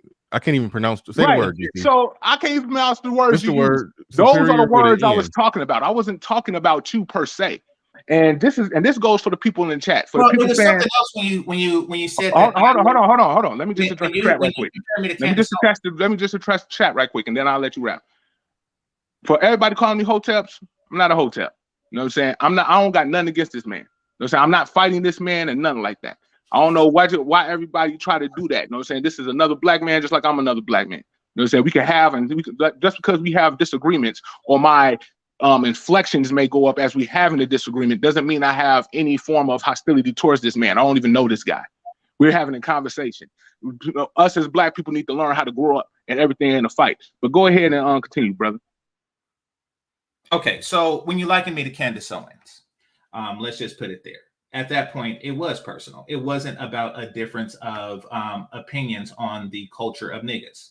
Let's be clear. It was personal at that point. So, yeah, I get it. You wanted to come up to attempt to take somebody down a peg or two, and that's fine, but do it on the topic, not on the person. Your assumptions about me and my upbringing, et cetera, et cetera, et cetera, that was you trying to do it on the person. And now this is you doing what a lot of let's call them brothers do, and that is do a lot of personal shit and then say, oh, it ain't personal. I have nothing against this person, but I know niggas that grew up in the suburbs like him. Yeah, it's personal. Don't insult the intelligence of others like that. You know, it ain't personal, but you know, I hate that. Bro, you're if you want to take it that way, I have my. You're interrupting. So well, no, I think he's Borging. I thought you was done. I heard a pause, and then it looked like he started Borging out a little bit. And in fairness to him, he did come up and try to refute your argument on the merits once it got going. Then he got personal with the jabs because you know you got the voice of a you know like I said before, you got the voice of a. You sound like a black comedian in the 90s doing an impression of a white guy, and they going to weaponize that against you once the argument get intense. And so once it got intense, then he start trying to make it about that. And maybe that's what it was about from the start, but he did at least try to refute your argument on the merits, in that using new movies is not a good scale to explain the varying degrees of niggatry. All right, go ahead. The only time where he said it got personal was when he started disregarding my arguments that I was making. There's just to throw them aside of him using movies to real life as to say that I don't know what I'm talking about when he disregarded the things I was saying. Then that's when I got personal. Well, if you want to say I got personal, then okay, I got personal. And I was like, oh, you sound like this is what you sound like, bro. You sound like you don't know the type of person you're talking about. You don't like you sound like these type of guys I grew up with. I referenced you to people who I've grown up with, who talks about city life, who wants to know about gang life and talk about gang life, but then never interacted with it, never really seen it, never know nothing about it. Like you literally sound just like them. And the fact that you made up all these terminologies, you know what I'm saying, that are inexistent. If you're going to talk about somebody, they don't talk about things that are inexistent. They talk about what exists so people can have an understanding and be able to relate to what you're talking about. You know what I'm saying? Brother, if you came on here and start speaking facts, this conversation wouldn't have been happening. I would have came up here and said, yo, man, what this brother said was pretty much accurate. You didn't do that. You know what I'm saying? If you want to take it personal and say I got personal with you, cool, I did. My bad. You know what I'm saying? I'm human. You know what I'm saying? But do I have any malice against you? No, I do not. You know what I'm saying? For what? But I am going to tell you that about gang culture, if you want to learn about more gang culture, maybe you should read up on it. Maybe you should go and actually ask some of the people in Oakland that you know that are participating in these activities. You know what I'm saying? I know I have. You know what I'm saying? Because I grew up in it. I had to know how to maneuver around it because I didn't want to be involved with it. I had to know which gang was fighting on this block so I could take the next block over. You know what I'm saying? You said you had to know what gang was fighting on this block so you could I take had the next to, block over? in Chicago, you had to know which gangs was fighting so that you wouldn't. So if something happened on said block, you wouldn't get in that crossfire. Okay, when you said when you said so I could take the block over, I thought you was talking about you taking the block over in the street sense. Like no. I mean, like just just going another way, going another way around whatever situation. That's what I mean. You know what I'm saying? So, you know, I'm not trying to come up here and discredit nobody. I'm just trying to say, if you're going to talk about black people, don't be like Candace Owens. Like my man's just showed a video of Candace Owens sitting here lying, not knowing what the fuck she's talking about. And then you came up and did the exact same thing. So I don't know what you want me to say with that. Mr. Bernard, I appreciate you. Well, okay. No, you was muted. Go ahead. Yeah, no worries. I did the same thing. Not necessarily. I gave my opinion on what I believe street culture to be. And that's still up in the air. However, a straight up lie would be to talk about the gangs in Oakland that don't exist. or the upbringing that I didn't have. That would be like a Candace Owens level straight up lie. Just saying. And sir, and didn't I already apologize and say I was wrong for those? Yeah. Didn't Okay. I already hold on. No. Because you want to drag on a point. You haven't been man enough to come up here and admit you was wrong to a damn thing. But you're going to bring up, hold on 1 minute. But unfortunately, you're going to take this personal, what I'm about to say. But like a woman, you brought back up something that we already discussed, that I already admitted I was wrong to and I was bogus for. And you brought it back up to make another point that didn't have to be iterated because it was already iterated. No, and I apologized. And I said, brother, I said this beforehand, before I said the insults. I said, these are assumptions I'm making before I said it. I also said that you can run it back. Jesus. I also said that these were movies that we're watching. But listen, the reason why I brought it up now is because you just made another comparison to me and Candace Owens. I did the same to you. Am I correct? Bro, no. What? You just made. All right, bro. You know what, bro? I get it. You got it, bro. Right quick, brother. Right quick. You just made a comparison to me and Candace Owens, did you not? Brother, I said you was acting like Candace Owens. So that's the definition of making a comparison with me and Candace Owens. You know what I'm saying? But I said you was acting like Candace Owens. Right. I didn't say you were Candace Owens. I was talking about how you were discussing something out of context, like Candace Owens was. And that's what I'm talking about. I'm not calling you. Hold up. No. I'm not calling you Candace Owens. I'm saying you're discussing something. You're discussing something out of context, like Candace Owens was, which you were doing, sir. My context would be correct. What I'm saying, and I just said the same thing about you. It's weird. I'm on your side, but listen, you just accused me. You just compared me to Candace Owens. What you just described is comparing somebody to someone else. Not saying that you are exactly like the person, but giving a comparison to that person. I made the same comparison with your behavior. That's it. Listen, all right. Well, this didn't win this round. Win all the rounds. I think. Understand points that was made. If it go any further, it'll just be going round and round in circles. I do understand. I keep botching your name because I don't got it on the screen. I'm looking down there to see it. But CBP Films.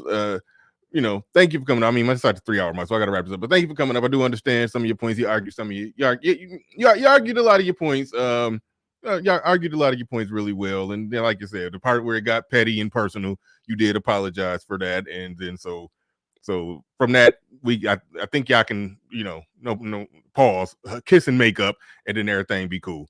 That's where it's at, and that's what you did. You did try to do that. So it's all good. It's all good. I think everybody can walk away uninjured and harmed in this conversation. That's where I'm at with it. But overall, where I'm at, let's see. Thank you, Java Joe and Jay Freeman Blackman. Y'all came through hard and heavy-handed on the super chats. Do appreciate y'all. Do appreciate everybody who supported the stream in any way, shape, or form. Anybody who liked, share, subscribe, Cash App, hit the super chat, did anything to support it, even if you just sat back, watched in indifference. I appreciate you being here. And with that said, ladies and gentlemen, we out of here. Peace. I will be on the air Christmas. Oh, damn. Tomorrow's Christmas Eve. I'm low-key scheduled to be on the air with Christmas and Christmas Eve. I don't know if that's going to change. Now, definitely be here tomorrow. I had to talk to the person I'm doing the show with that was pre-planned before I even realized it was Christmas. Make sure that we still see if we still gonna do that. But either way it go, I will be seeing you guys tomorrow. With that said, we are out of here. Peace. We going.